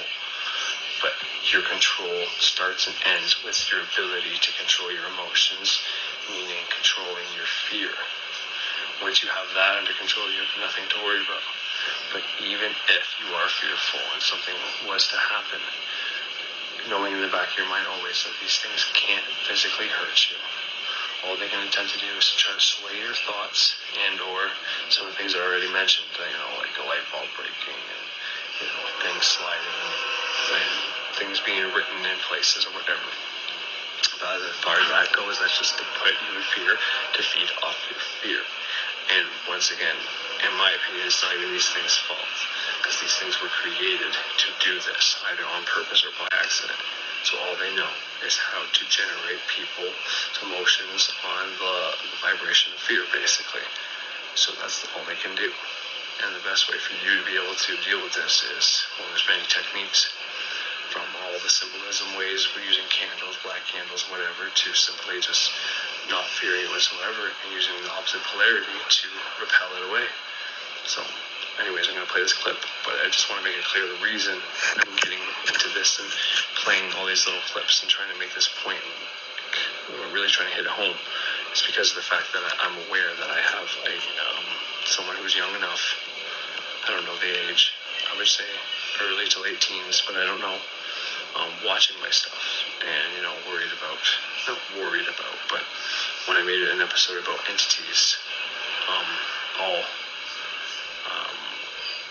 what episode was it? Was it about the entities, or was it, I don't know, I think it was the one of my most recent ones about entities and everything is a thought form, basically, and, there's nothing to fear, whatever the case was. Well, they disagree with me, and I've assumed that some of the missing children and missing peoples and things happen to people are due to some type of entity. And I want to make it clear that I can't say one way or another. I mean, there are stories about places in Ireland where there would be strong earth nature spirits, which are not the thought forms I'm talking about here. These are something very much different, I don't think, created by man. And people blame those things for potentially abductions as well, which I can't speculate or comment on because I have no idea. But aside from if aliens are real and alien abduction and nature and earth spirits and just the evil of human beings and being deceptive and lying after, when it comes to the entities of the spiritual nature that we create, thought forms and all that, but even the nature spirits and stuff like that, there's things you can do and you're going to hear it. And later on, after I play this clip, I'll play that other clip and you'll hear things that you can do also to keep the nature spirits on your side. But when it comes to these types of entities, okay, this I can tell you for sure, that you are in command and control. And the game is for them to make you think that you're not in control and that they're more powerful than you. And there's many people out there trying to make that case that the demons and ghosts and spirits are more powerful than you and they can make you and possess you and do all this shit, which couldn't be further from the truth. And that's the point I want to get across, because I don't want this young mind to be, or any young mind to be corrupted and thinking that, these things can make them do all these bad things and they got to go over into the church to, and I'm not saying running a church is a bad thing. If you believe in Christianity or whatever religion, then that's fine, own it and do your thing. But understanding that these entities you're above them, because you can be in both the spiritual and the physical realm, whereas they're only like in a spiritual, mental realm. But anyways, knowing that you control and command these things is what I want to get across. I want to prove that. I want to make that very clear. I also want to make it clear that this stuff isn't to be just toyed with, because if you aren't prepared and something like this does happen, which this isn't to scare you, but it's to prepare and caution anyone. As much as I want people to get into this stuff, I don't want people unprepared getting into it. But if you are not in control of your fear and know the true nature and know where you stand and know how this shit works, that they can lie and deceive and try to trick you and do things to scare you, if you don't give into any of that, then they're going to leave, because there's no energy here for them. And it's as simple as that. So yeah, let's get into the clip now. Somebody else wanted to know about doing the tarot meditations at night before they go to sleep. Yes, you can. All right, this next one I'm going to summarize as well. This person has started to grow spiritually and has had a lot of help from this channel in doing so, but feels now that he has gotten the attention of something or someone that has been watching him, and through synchronicities, he keeps seeing the Eye of Ra everywhere and has heard a voice say they know who he is and feels that it is hostile. He wants to know if the Rose Cross ritual and Lesser Banishing ritual of the Pentagram can help him stay safe, because he's kind of freaking out about it and is concerned about Illuminati forces. The Rose Cross just kind of hides you away for a bit, but the Lesser Banishing ritual of the Pentagram does give protection. But it's one of those things that if you start doing it, you got to keep doing it. So unless you're prepared to do it every day, then I wouldn't. Because when you do it, you're lighting up the astral plane and you actually make things aware of where you're at. But really, the best thing that you can do is not worry about it. And I know that's going to sound counterintuitive, but you can't give in to fear or anger. Now, most people would just write you off as paranoid, but I've had similar experiences. You know, I wasn't being perved on in the shower, like you were saying in your message, but as you said, you had like the symbol appear on your mirror. I've had things written on the wall, and they weren't very nice about me, and I'll leave it at that.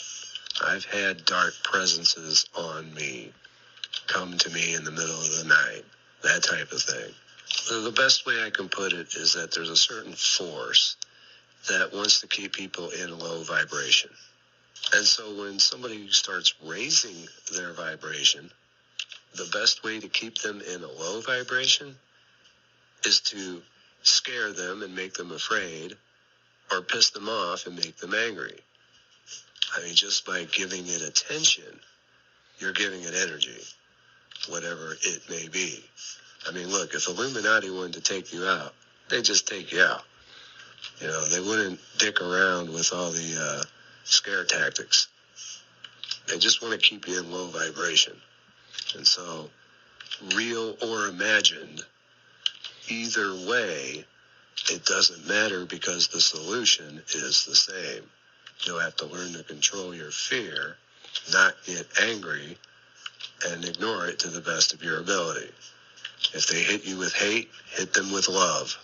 I found that really pisses them off. They can't get away from you fast enough. I do have a video on psychic defense, and I recommend watching that and putting some of those into practice. Now, this doesn't happen to everyone, but it happens to some people. That when they start raising their energetic vibration, start coming into knowledge, start to accumulate power, that all of a sudden weird shit starts happening that tries to scare them back down into a low vibration. In fact, what happened to you is very, very similar to what happened to someone who I learned a lot of things from, such as spontaneous healing and a host of other things. And he had the same advice. So I was a bit more prepared for it than perhaps you are, but now you know. And thanks for the question. So, I don't know if I'm going to play his Banishing Entities or a Psychic Defense video, but I probably won't link it either, but if you can, you should check that out, because he talks about the same thing. But as for the writing on the wall, I've had things that were hard to make out, but it seemed like something was trying to write something at times. I've seen things move in front of me. I've seen weird things happen, catch on fire, nowhere near the fire. And I've had dark presences on top of me, and, being in a sleep paralysis is one thing, but then whenever it's just happening, when you're conscious, that's different. Last night, for example, laying down on the couch, I was listening to the microcosmic orbit and doing the techniques and moving my chi around my body. And then I started slipping off into another thought, and I was at work, and whatever the case was, and I kept having to bring it back. Then all of a sudden, out of nowhere, while I was laying there on the couch with my eyes closed in a meditative state, there was a face, like somebody was coming up to me and leaned over me and looked right at me while I was on the couch. But it was like in my head, but I could see myself on the couch, and it just like stopped every thought that was going on. And my first impulse was to be afraid and kind of get up and break what was going on in my mind. And I can't say I fought against it because everything happened so fast, but luckily in that moment, probably wasn't my conscious in control completely, but it was there to a certain extent because I was consciously moving the key around, and then my subconscious would kick in and kind of go into the dream state. Like I said, when I was at work, I'd be at work all of a sudden talking to my coworkers, and then this is when that whatever it was looked at me. Now, I didn't have. First inclination was that it was something that wasn't friendly, but I have no way of knowing that, and it didn't do anything, say anything, or do it, anything like that. But it was there in my face looking at me. I said, "Hey, what's going on? Glad you can make it." And then when I didn't really phase or move away, that's when I started to feel like fear rising inside of me. And then I was able to say, "You know what? I don't know what you're here for, but I love you. Thank you for being here." And then I broke out of everything and woke up, came out of my hypnosis, my meditation. And I got up, I had a smoke, walked around a bit, and this is another thing that could, if something like this happens to you, you don't know if this is real or fake, you don't know if it's in your head, you don't know if you're seeing something that's in another realm. Who knows what the fuck that could be? It could just simply be a dream. But the point was that I was having a dream while I was trying to meditate, and then this interrupted all of that. And all of a sudden I was like semi-conscious, but still in that state and unable to really escape. It wasn't until I said that I loved it and thank you for being here, was being kind to it, that it was then gone. And it never happened again that night. This was as recent as last night. So once again, knowing that you're in control of these things, knowing that, like Frater said, the best way he can explain it is that there is a fearful dark force or something, a force out there that is trying to keep people in a lower vibration, in fear. And we can speculate all day long what that is. Could it be the Christian church and everybody who's ever created and added energy to the demons, the Illuminati? Was it an egregore literally created to keep people in fear? And knowing that there is some spiritual entities out there that want to keep you in fear, who the hell fucking knows? Maybe it's a thought form to go out there and test every person who is coming into any kind of ceremonial magic or witchcraft, and to test you and to see if you have these things under control, if you're worthy. Who knows? But there is a force out there like that when you start gaining power and you start excelling and transforming, these things can come and pay you a visit. Now, there's many things you can do, from words to symbols to sigils to just doing your candles, having different crystals on, all these things. But the best thing, in case you're ever somewhere where you don't have those things, you lost those things, whatever the case is, the best thing is for you to know, first of all, is reject, banish, deny. Because after it was all said and done, that's what I did. I banished away the thoughts of this thing coming back to me. I banished the thoughts of this thing being baneful, maleficent, whatever, being evil or trying to hurt me. I banished all that and I accepted that it was something good.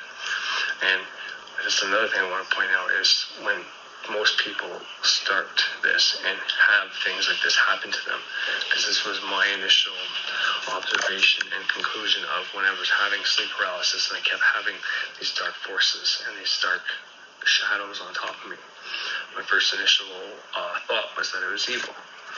And after realizing, well, that's from watching movies, and anytime there's a dark spirit, it's evil. And anytime it's a good spirit, it'd be like somebody a relative in a lake, right? So, but this is how the movies portray it, and we watch these things, and these things are ingrained in our mind to the point where subconscious doesn't know the difference between real and fake. So its frame of reference is what it sees in the movie. So if something like in the movies happens to you in real life, you automatically assume that it's evil. The minute I stopped being fearful of that happening, the minute I stopped fearing that, realizing that, it's probably, it can't hurt me, first of all, because it hasn't yet, and it isn't able to. That went a long way, but just realizing, because this is when I had to get over my fear of spirits. That was my biggest fear, was seeing a spirit. And now it happens, and I'm able to control it and deal with it, because it's something I had to get over. But even more than that now is the fact that I know that we are in control and command of that. When I say that the magician is above the egregores, the servitors, and the thought forms, I'm not kidding. Because we, witches and the magicians alike, know how to create these things. So when one of these things can come and visit us, then, if we can control our emotion, if we can control our fear, then there's nothing to worry about. And if a loving one comes to you, well then, you talk to it and you show it love, then there's nothing really, you can scare it away by using fear, just like you can scare the fear ones away by using love, but you generally don't need to do that. But the point of me playing this is to show you that these things can happen and do happen, but even if they do happen, there is nothing to fear. Between the banish, reject, deny, between, if you're doing a lesser banishing rituals of the pentagram and stuff like that, these things are going to stay away. The archangel implications, they can't harm you. They can try to get you fearful. And once you start fearing them, then they can get stronger and have the ability to do more things, but none of these things are actually going to physically harm you. The only thing that can happen is they can put fear into you and shoot ideas out there for you to either accept. If you don't accept those ideas, you say, reject that, you banish that, and I accept that you can't be here, and that I love you, and whatever you want to do with it, it'll go away. And this is not a video to help people to deal with this stuff. If anybody is dealing with this stuff, well, this information will help. But this video is to clarify and prove and show that these entities that I'm speaking of anyways, the thought forms, the egregores, aren't capable of abducting anybody, killing anybody, doing any of that. Okay? And they're most likely created by other humans. So anyways, I'm going to finish off the video. I'm going to let it play out. I'm going to play one or two more, either mailbag or one or two more questions. And it's somebody else who had a presence, and I spoke to them, and to that person it was a deified version of the sun talking to them and explaining things to them. And I just want to show the different polarity schemes. So this person, the first person you just heard, was writing into Frater saying that growing spiritually, but then had this presence there, seeing the Eye of Horus, which is a good symbol.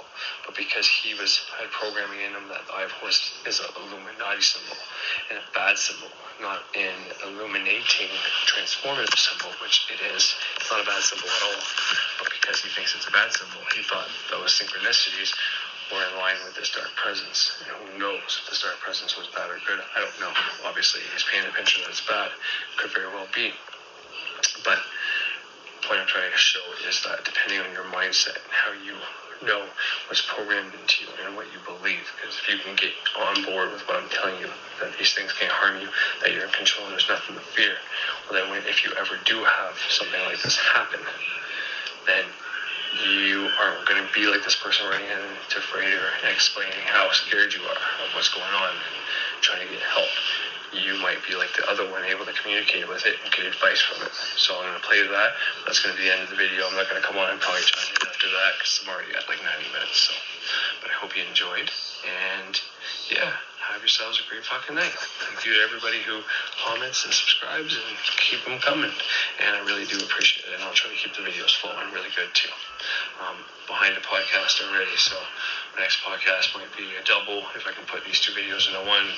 If not, there's going to be 2 for 1, baby. But anyways, have yourselves a great fucking night. For papers. All right, here's another message of gratitude, and I'm going to start this one a little further down. One day I fell to my knees in tears, begging whoever was out there to please send me something. I wanted help and direction. I asked and received. I stumbled upon your channel 3 days later. After listening all day to your videos, I knew I received what I asked for. And that seems to be the theme of the day, as I've had other things happen earlier today that were along those same lines. And yeah, that's pretty much how it is. That's how it works. In fact, ritual magic is really just a formal way of asking to receive in a manner of perspective. But you don't need ritual magic to do it. The problem is that most people won't even bother to ask. The things you want in life that you're having trouble getting on your own, you need to ask for.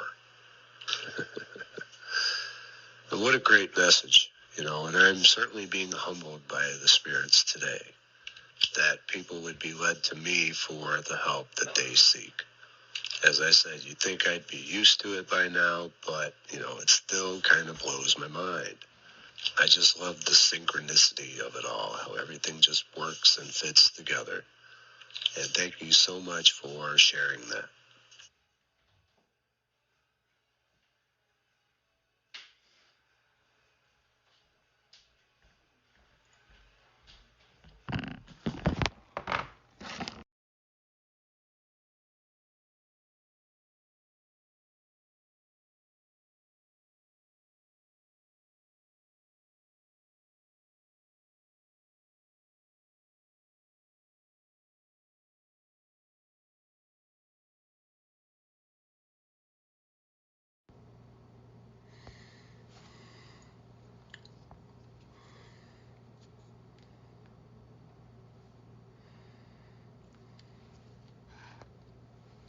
Enough. I'll let him finish up, and yeah. This time, like my daddy. Oh, shit. Oh, fuck. What's going on, yo? Ho-ho! Hopefully I don't have spaghetti sauce in my face. I didn't have it before, so I just kind of fucking the shit out of that. Like it was my fucking wife's pussy. Wow. Who said that? I said that. I fucking love eating pussy. Holy shit. One of my favorite things to do, yo, when it comes to me and my wife. Want to go shopping? No, I'd rather sit home and eat something, baby. And then she wants to go shopping after. It's like, oh, you need to finish me then. No, anyways, wow. All right, so what's going on? So let's talk about something. Magic. What about it? Well, when you do magic, what happens whenever the magic stops working? What do you mean? Well, like, you do a spell, and then the spell comes true, but then you lose that. The thing just stay coming. Let's say. We're gonna keep doing more fucking spells, dumbass. That's pretty simple. But if you do it properly, shit'll fucking fix itself. For example, my wife got a raise. Remember I told everybody that? She's doing good. She got a raise. She, from the end of February to, well, right now, let's say, that raise expired. They had to take her. Well, she had it was like a period of time, right? So, I mean, it was set in motion, and then she generally get called back on. But she was told because of the budget, they couldn't put her back on the team. She was actually done. She was a supervisor. Pay decrease for 1 month. Which she did overtime, and she ended up making the same amount. But I think it was last week or a week before, she got a call saying, hey, we got a better offer for you. And so she took it. So, once again, I didn't do any new magic stating, hey, I want my wife to go get a better job or a better whatever. It just happened.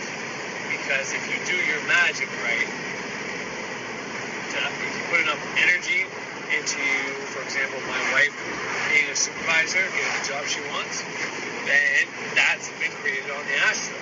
So if something happens where circumstances don't allow her to keep doing that, well, it'll work itself out. Simple as that. And I did. So how does one go about making sure they have enough energy on the fucking astral? Well, that's a tricky fucking question. That's what I'm going to try to cover today, at least a little bit. But, you know how I teach. I'll play some shit, derive some meaning from that shit, spin that shit as whatever other shits, shitty shit, fucking home on the Yamaha, chrome down to 1100. I'm in a good mood. You can probably tell. Don't worry, I won't do this fucking conscious, subconscious shit. That was just talking about identities and entities, so I just kind of wanted to fuck around, I guess. There was a small, silly, implied lesson in that. So if you got it, great. If you didn't, well, watch it again until you get it. I don't know. Tell you, I'm gonna fucking spill the beans. I'm done spilling the beans. I'm gonna start making everything all weird and fucking covert and hidden so that only those who have eyes to see can see it. No, I'm just kidding. Well, I've been doing that all along. I'm sending messages in every one of my videos that I don't spell out. Like, even I watch it again and say, oh, shit, that worked out really good together because of blah, blah, blah, blah, blah. It happens often. So anyway, let's get on with the show and I'll start fucking babbling on. My wife fucking parked all crooked shit. What's going on, everybody? It's dark, but it's actually morning time. Time to get off to work. Woo! I love going to work. You know what? I honestly don't mind. Kind of like my job. Some of the people I work with are sometimes not fun to work with, but I mean, fuck, everybody's got shit going on. People got stress. People got responsibilities. A lot of things we can't realize, you know. We can judge all we want, but sometimes it's just not fair. We should really watch the way we judge. But, you know, I'm totally guilty of doing that. But anyways, in one camera, yeah, not very bright. Ugh, so bright though. Anyways, so started getting into something yesterday. Then I shut it off because I didn't know how to continue. I was tired. I was getting close to home. I wanted to just jam out with my music and get the fuck home. Mondays are hard. Tuesdays are a little better. Mars energy behind us there. The warrior, protector, motivator, properly. So, a little easier today to do a multitude of things. Sorry, guys. Lighter's below you. You guys are hiding my lighter. Hey. Anyway, so I'm going to try to record this shit up. Let's see if I can get it. Good. But I guess I want to get into... Yesterday I started talking about how do magic correctly, you'll last.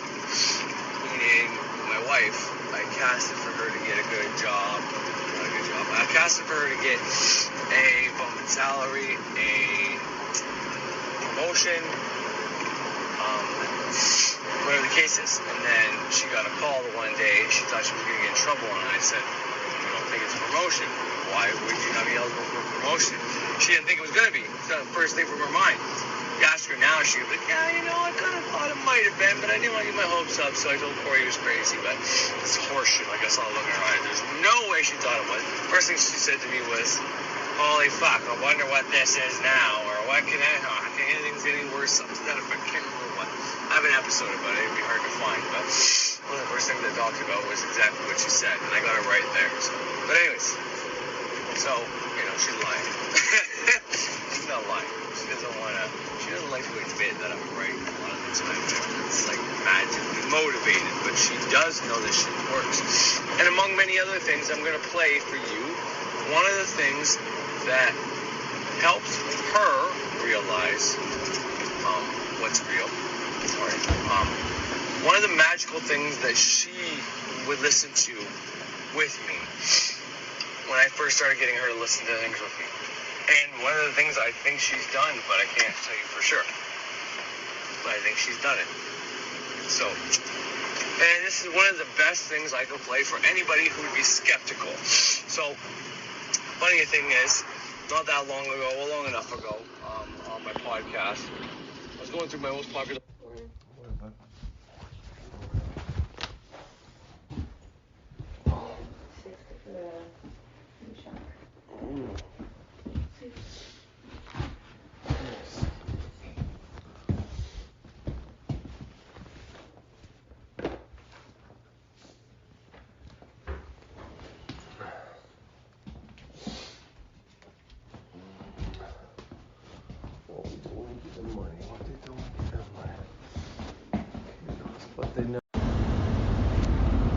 episodes, and I went to the episode before my second most popular episode, which is Satan, Venus, and Saturn, and Libra.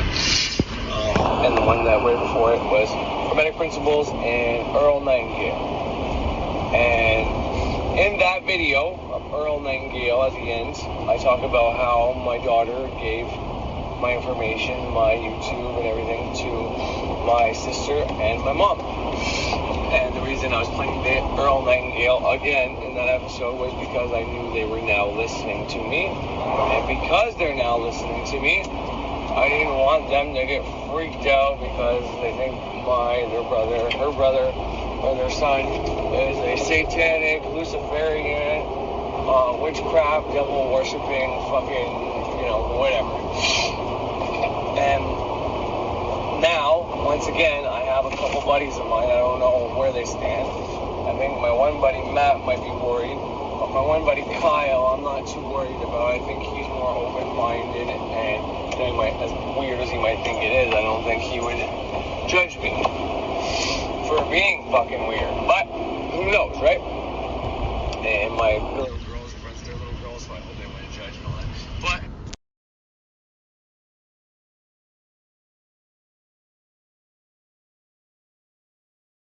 everybody. But at this point in time, I have two buddies of mine who have seen my YouTube channel or my information and know that I'm into witchcraft. Right? See ceremonial witchcraft, they assume witchcraft, they don't assume ceremonial magic or whatever. Who knows? But my one buddy Damien, who I work with, I guess got a call from my one buddy Matt saying, hey, what's going on with Corey, blah, blah, blah, blah, blah. So Damien, who works for me, he didn't ask me about it until like last 2 Fridays ago, telling me this when we were at work. I said, well, what'd you tell him? He said, well, it's the same old Corey. He's like, I haven't asked him. This is before he asked me about it, but he's like, I haven't asked him about it yet, but I'm like, it seems the same. He just has this interest, passion, or whatever that he does and makes videos about. Is a form of his spirituality more than anything, his beliefs. But it doesn't change who he was. So I was kind of grateful, thankful for him sticking up for me. Although, he might have just told me that's my face. I actually said that to my friend, but that's, it doesn't matter. I can't prove that.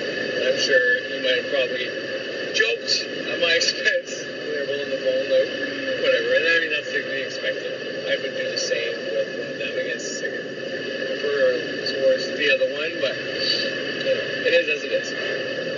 But, so, once again, I'm going to play that clip about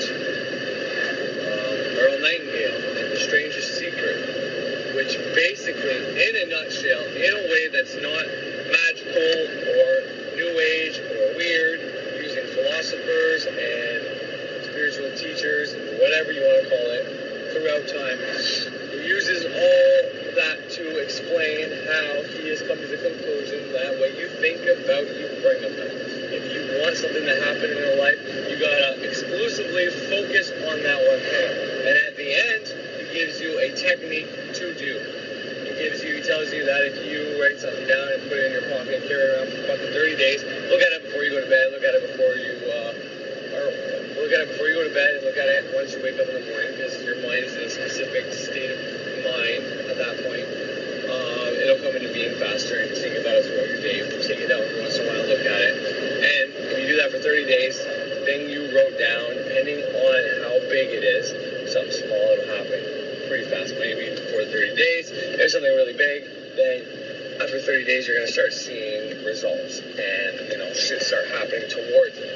Meaning if you want an increase in salary of like 100,000 or 200,000, but you're making minimum wage, well then you're going to see steady increases. You might get a raise around that time, and this will be proof that, okay, it's working, I got to keep doing the same fucking thing. But you can't expect 100 grand after 30 days, and that's yearly salary. Plus casting for your yearly salary to go up, it's something that happens within a year. So your subconscious mind has like a year or two. Come on, man, I can't just give you a fucking yearly bump as of the month. But anyway, so I'm playing this basically for a few reasons. One, this is something my wife has done or watches, at the very least, has watched with me, and it helped. I used to play this all the time whenever she was trying to fall asleep. This is one thing she didn't mind me playing. She thought it was a little fascinating. She didn't mind it on. She's heard it a few times, and she didn't mind this one because it's not weird. It's not airy-fairy. It's not up in the clouds. It's not these things I find is an easy segue to get somebody on the hook, so to speak, to think about magic, New Age, whatever. And I like using the term New Age because New Age is something that, I mean, sometimes it can be pretty airy-fairy, but other times it can be very naive and, non-accurate, depending on where you look. But this is done in the 50s. 56 is what I say in this clip, and I don't know if that's accurate or not, but it was done in the fucking 50s. It's pretty positive anyways. So this has been out for a while. It's just until modern advancements of internet and having information everywhere, unless you had this VHS or audio tape that he made this on, you would have no way of knowing Earl Nightingale ever made this. Until the internet came out, and then you're looking at law of attraction stuff, and this thing comes up to help you learn the law of attraction because it's basically stating, in a sense, law of attraction. But not really, because this isn't the law of attraction. The law of attraction is something created by the people who made the movie The Secret. I think anyways. Don't quote me on that, maybe someone else before they made it, I don't know. But, which takes a couple hermetic principles into account, and there was a bunny rabbit. There's a couple of hermetic principles into account. It tries to teach you something about hermetics, but it doesn't give you the right hermetic principle, and it doesn't give you the whole hermetic principle. It should be attraction and repulsion, because both happen. When you think about, you bring about. You can think about pushing something away, meaning you can think about fucking up your health. You can think about becoming poor, meaning you already have wealthy, and maybe you're fucking rich as shit, but you're scared to lose your riches, your wealth. You could bring about by thinking about you becoming poor. Meaning, you can attract whatever the fuck you want, or push away whatever the fuck you want. This is where the witchcraft part comes in handy, because the moon is our guiding system to what time of month is better for pulling stuff to us, or pushing stuff to us, or pushing stuff out of us, or pulling stuff out of us. However you want to word it. That's all it is. You really want to break down this as a science. The moon, you can get rid of all the deities, all the goddesses, all the weird fucking scrying crystal ball shit, pointy hats, flying on brooms, using fucking mushrooms and see shit, all that. Get rid of all that. What does it come down to? You think about, you bring about. Thoughts, we don't accept thoughts. Sorry, we treat thoughts as if they're fucking offers to accept. Okay? And then once you get that handled, okay? You don't want, all these thoughts coming in, you banish them. You banish the ones you don't want. Like, I'm never going to be free. I'm never going to be fucking loved. I'm never going to be rich. Banish. Okay, I'm going to be pretty, loved, and rich. Okay, accept that thought. I want to bring that into being. Okay, so you add energy to it. What you bring about, you think about. Or what you think about, you bring about. You focus on expand. So you put energy into that. So much energy into that using the right stage of the fucking moon. This is the simplest way to explain what the fuck we're doing. And anybody out there who's skeptical, or maybe you're one of my friends watching, whatever the case is, all I would say is, once again, this is the type of spirituality. Now, I've realized that can help you manifest things in your life. Now, it isn't a perfect science, but it's a work in progress. I'm trying to figure this shit out.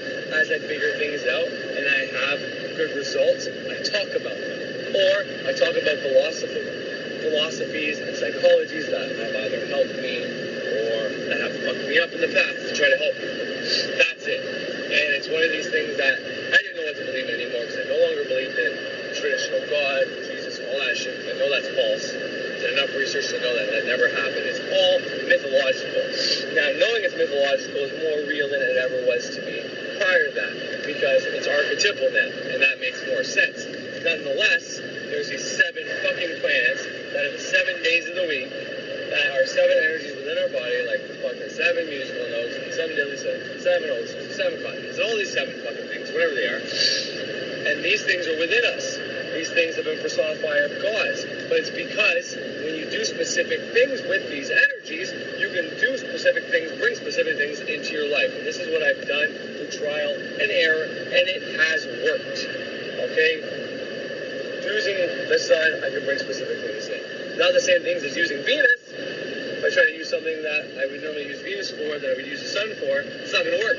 Or maybe it will, depending on certain specific times, and what I would use Saturn for versus Mars versus Mercury versus Jupiter versus the moon. Did I forget somebody? I feel like I did.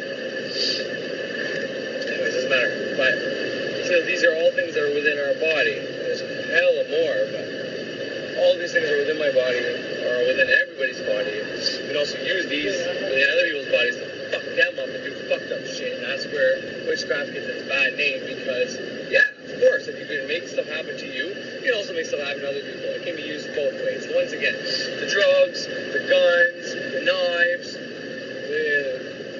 they're not bad. It's the way fucking people use them, okay? And this is no different than that.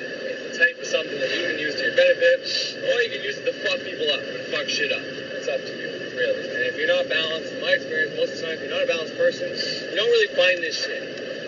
And there are some narcissistic people and some fucked up people that find this and, do some pretty shitty things at times, but for the most part, it doesn't last because everything returns to source. Meaning, you're going to put out really bad energy out there. This is where the idea of karma comes around, which doesn't really mean what most people think it means, but in a certain way, it kind of works that way. And what I mean to say is, you put out bad energy, you're going to affect a bunch of people, but eventually that bad energy comes back to you because you created it, you originated it. It's like if you put out good energy, the good energy comes back to you. You created it, you originated it. That's how that works. So, and that's where karma comes from. And, most people are going to get pretty sick and tired of getting the bad energy. The reason why a lot of people don't believe in karma all the time is just because it takes them a while to see the results. But anyways, that's besides the point. So all I was trying to get at there is simply, this is what I'm into. For anybody out there who used to be a friend or is a friend, or whatever the case is, who's worried about me, don't fucking worry about it. It's not your fucking job to worry about me, okay? Don't give a fuck what you worry about. I don't go up to you and fucking ask you about your fucking kinky sex life things, or the weird things you fucking do, or the fucking drugs you do on the weekend, or how much you fucking drink. Don't worry about my pastime. I'm not drinking and doing drugs anymore. I'm simply fucking trying to figure out some laws of nature by studying old spiritualities, hermeticism, and a whole bunch of different words that I can mention that you might not know what I mean. And that's not to be a rude prick, even though I come off that way, but I'm just simply trying to explore these things. And because there was a specific point in time in my life where I was desperate and I didn't want to go back to work, and I was worried about a whole bunch of things, and I was put in fear. So I used this as a last resort. But once I started using this stuff, I realized I got results. And then from there, my wife's got a promotion, I finally got a job in happy days, whatever. Our bills have been paid, we've been getting these steady gains to the point where I actually have money in the bank now, and I'm able to, we never go without. We're doing pretty good, me and my wife now. We haven't gone without in a long fucking time. Let's just say that. There's normally always money in the bank. So it's not much, but we're grateful for even if we have $10 before our next payday.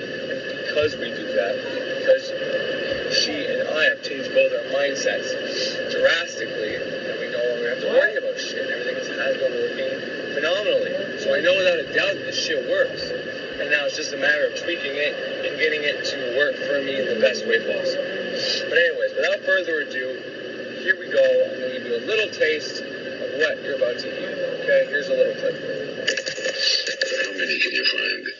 Someone once said the human race is fixed, not to prevent the strong from winning, but to prevent the weak from losing. The American economy today can be likened to a convoy in time of war. The entire economy is slowed down to protect its weakest link, just as the convoy had to go at the speed that would permit its slowest vessel to remain in formation. That's why it's so easy to make a living today. It takes no particular brains or talent to make a living and support a family today. So we have a plateau of so-called security, if that's what a person is looking for. But we do have to decide how high above this plateau we want to aim. Now let's get back to the strangest secret in the world, the story that I wanted to tell you today. Why do men with goals succeed in life and men without them fail? Well, let me tell you something which, if you really understand it, will alter your life immediately. If you understand completely what I'm going to tell you from this moment on, your life will never be the same again. You'll suddenly find that good luck just seems to be attracted to you. The things you want just seem to fall in line, and from now on you won't have the problems, the worries, the gnawing lump of anxiety that perhaps you've experienced before. Doubt, fear, well, they'll be things of the past. Here's the key to success and the key to failure. We become what we think about. Now let me say that again. We become what we think about. Throughout oral history, the great wise men and teachers. What a tease I am playing that. We become what we think about. And then he'll proceed to tell you all the wise men that say it, and why it's true, and whatever else. So I suggest you listen to it. And you don't even have to go look for it, or YouTube it, or search it. I'm going to play it for you right here, right now. I'm going to hit the restart button and restart this whole thing over and let you hear it from the beginning. But before I do that, I just want to say a big thank you to everybody who's subscribing and liking and whatever. I think I'm at 78, very close to the 80 mark, which is pretty fucking cool. Yeah, I believe. Anyways, I'm just gonna get to the video now, and I'm gonna come on after and dissect that shit. So yeah, here we go. Earl Nightingale, baby. Oh, don't bug me again.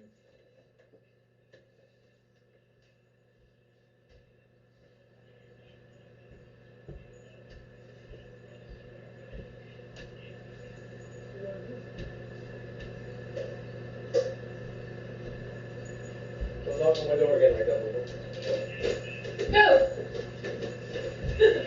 Alright, so the pictures I just had there, you see this big glow around the moon. Almost looks like a planet. I'm trying to catch it on film here, but I can't seem to get it.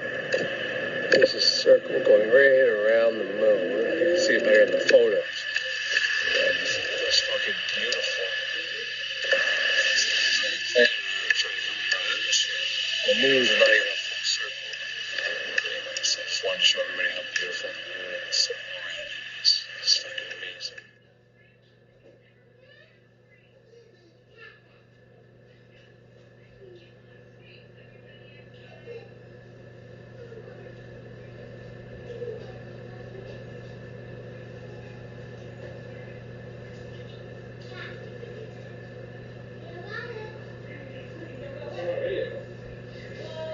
I know.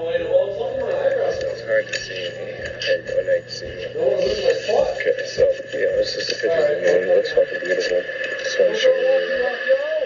But anyways, to get on to the show, this is Earl Nightingale. I'm going to play the full thing. This is the newer version, edited version. It's not much different from the original. I've listened to the original. The original is also on YouTube. You can look for it. If I think of it, I'll put links, but I haven't been putting links in a while, so don't hold your breath for that. But it's just the simplest way to do manifestation. And it's kind of the affirmation route. It's using the principles and the techniques of how affirmations work. Using it as in also using the power of writing. And if you do, like I said, you make the statement, put it in your pocket, look at it when you wake up, look at it before bed. You're using a different technique. There's the moon in the background there. I can't quite see the fucking glow around it though. It's too bad. It looks fucking sick. You can look up and you can see the fucking circle around it. It looks so cool. But anyways, yeah, so it incorporates. It's like doing an affirmation, but the affirmation is always on your body. You know, you think about it, you read it, you pull it out, whip it out, look at it a few times a day. Having it on your body, helps you embody it. It helps you add energy to it every day. Then, the first clip of my video, the part I recorded yesterday, was talking about how to add energy to something. And I said it's going to be, it's a little more complicated how to put enough energy into an idea. Like, for example, my wife getting a promotion. She got a promotion, but it was a, how do they word that at her work? It's a type of contract. It's a limited amount of time. Indeterminate? Anyways, it's a special word they use. I can't think of it. But generally what happens is whenever that time runs out, they get an extension added on to their position, where she didn't get that. And, she was semi-relieved because what she was doing was not what she really wanted to do. So, in a sense, I was like, okay, well, maybe that's why it worked out, because she wasn't really happy with this position. But at the same sense, it's like, well, casted for her to get a promotion. She got the promotion, and now it's getting taken away from her. To me, it fucked me up a little bit. I was wondering a little bit why, And then, now I know why. She got that job. She did a hell of a job. And then her acting, it's an acting. Her acting was for 4 months. Okay, that's what they call it. It was a supervisor job. an acting supervisor job for 4 months. And salary was up to like 75,000. And then she went back down to like her 68,000 that she makes. And then now she's back up to, I think now it's like 78,000 that she's going to be making as of April 1st, I think it is. April Fool's. Which would be a harsh fucking April Fool's joke. But the point is, how do you put so much energy into something? Well, this is one way. So if you are doing a spell, let's say you're manifesting something, keep the moon in the shot. Let's say you're trying to manifest something, you're doing candle magic every night, you're doing a ritual, you're doing it within your practice. Well, if you want to add something to it, you write on that piece of paper the spell that you've been adding to that candle, and you can walk around with it, and you look at it every day, especially if you're just beginning. See, I don't need to do that anymore, unless it's something really important, or there's something I really need to add a lot of energy to make it real. But the issue with doing it this way is because you're supposed to set it and forget it. So this is something that used to confuse me when I first started. If you're doing the affirmation route, you have to do it consecutively for at least 21 days, but a month is, just making it even more foolproof. And then you move on to the next goal, and you completely have complete faith that was going to manifest, and you don't think about it anymore. Anytime you do think about it, you say out loud in your head, whatever, that I'm grateful that this manifested. This way you're adding the right energy to it, and then you let it go once again. But so if you're trying to manifest something big and you want to add a lot of energy into it, well, this is one way to do that. This is how you can look at it as you're trying to add energy to create it on the astral, so that if it exists in the astral, it'll exist in this plane. It has to become done in this plane. You can't have something in the astral and it's something not here. It has to be whatever's in the astral. That's one way to look at it. The other way is that, it takes that long to build a new habit, to get something in the subconscious mind. My last video, it said habits trump your identity. So let's say you want to use this to change something about you. Say you're not confident. Say you're shy. Say you have trouble talking with women, whatever the case is. Well, if you want to change that, you do this technique. You make a habit out of, you write down on that piece of paper, you put it in your pocket, you look at it every fucking day. You'll hear it. I'm going to play it right now for you, but, this is a good way to add the energy to it, because it's always on your body. You're looking at it a minimum of twice a day, but, if you're smart, you're going to do it more than twice a day. You're going to look at it throughout the day as many times as you can, say it out loud or say it in your head. But anyways, this is one way to add a lot of energy into what you want to do. It's the affirmation. You can add it in coordination with what you are manifesting. Now you can take into account the moon phases.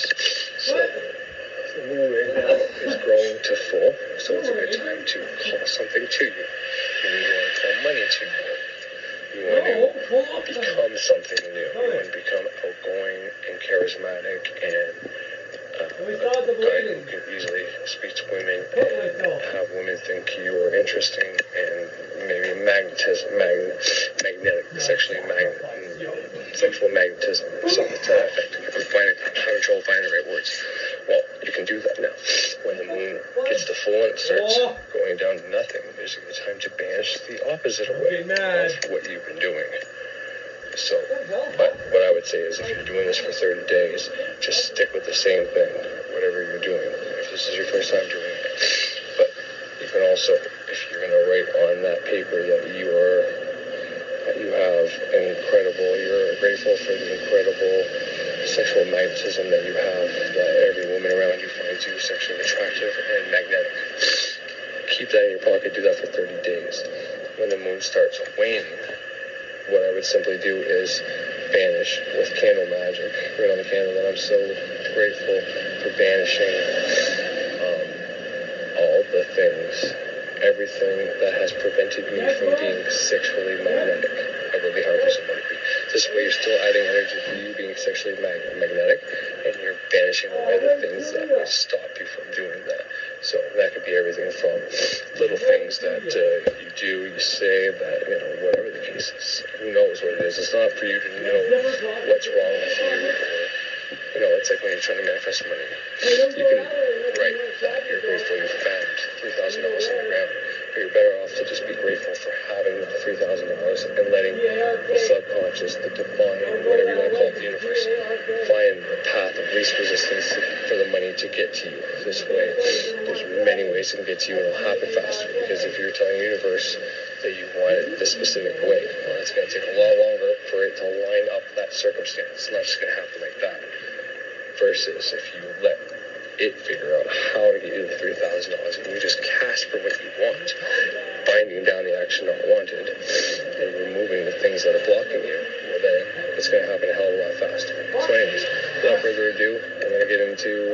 part, and I may chime in at the end, or this might be the end of the video. So if it's the end of the video, I hope you enjoyed, and have a great day, and thank you to everybody who keeps subscribing. What's that? You subscribers, 79 now, and I think that's fucking fantastic. I'm thankful and grateful for every last one of them.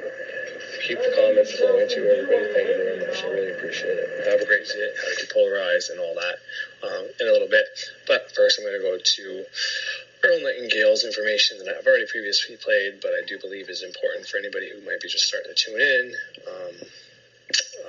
like my mother or my sister, for example. Because, like I said, my daughter told them about my stuff, so they looked it up. So I don't want them to be all freaked out about all the shit I put on here, thinking I'm fucking nuts. And, you know, it'd be a valid point if they just start looking at some of my later videos.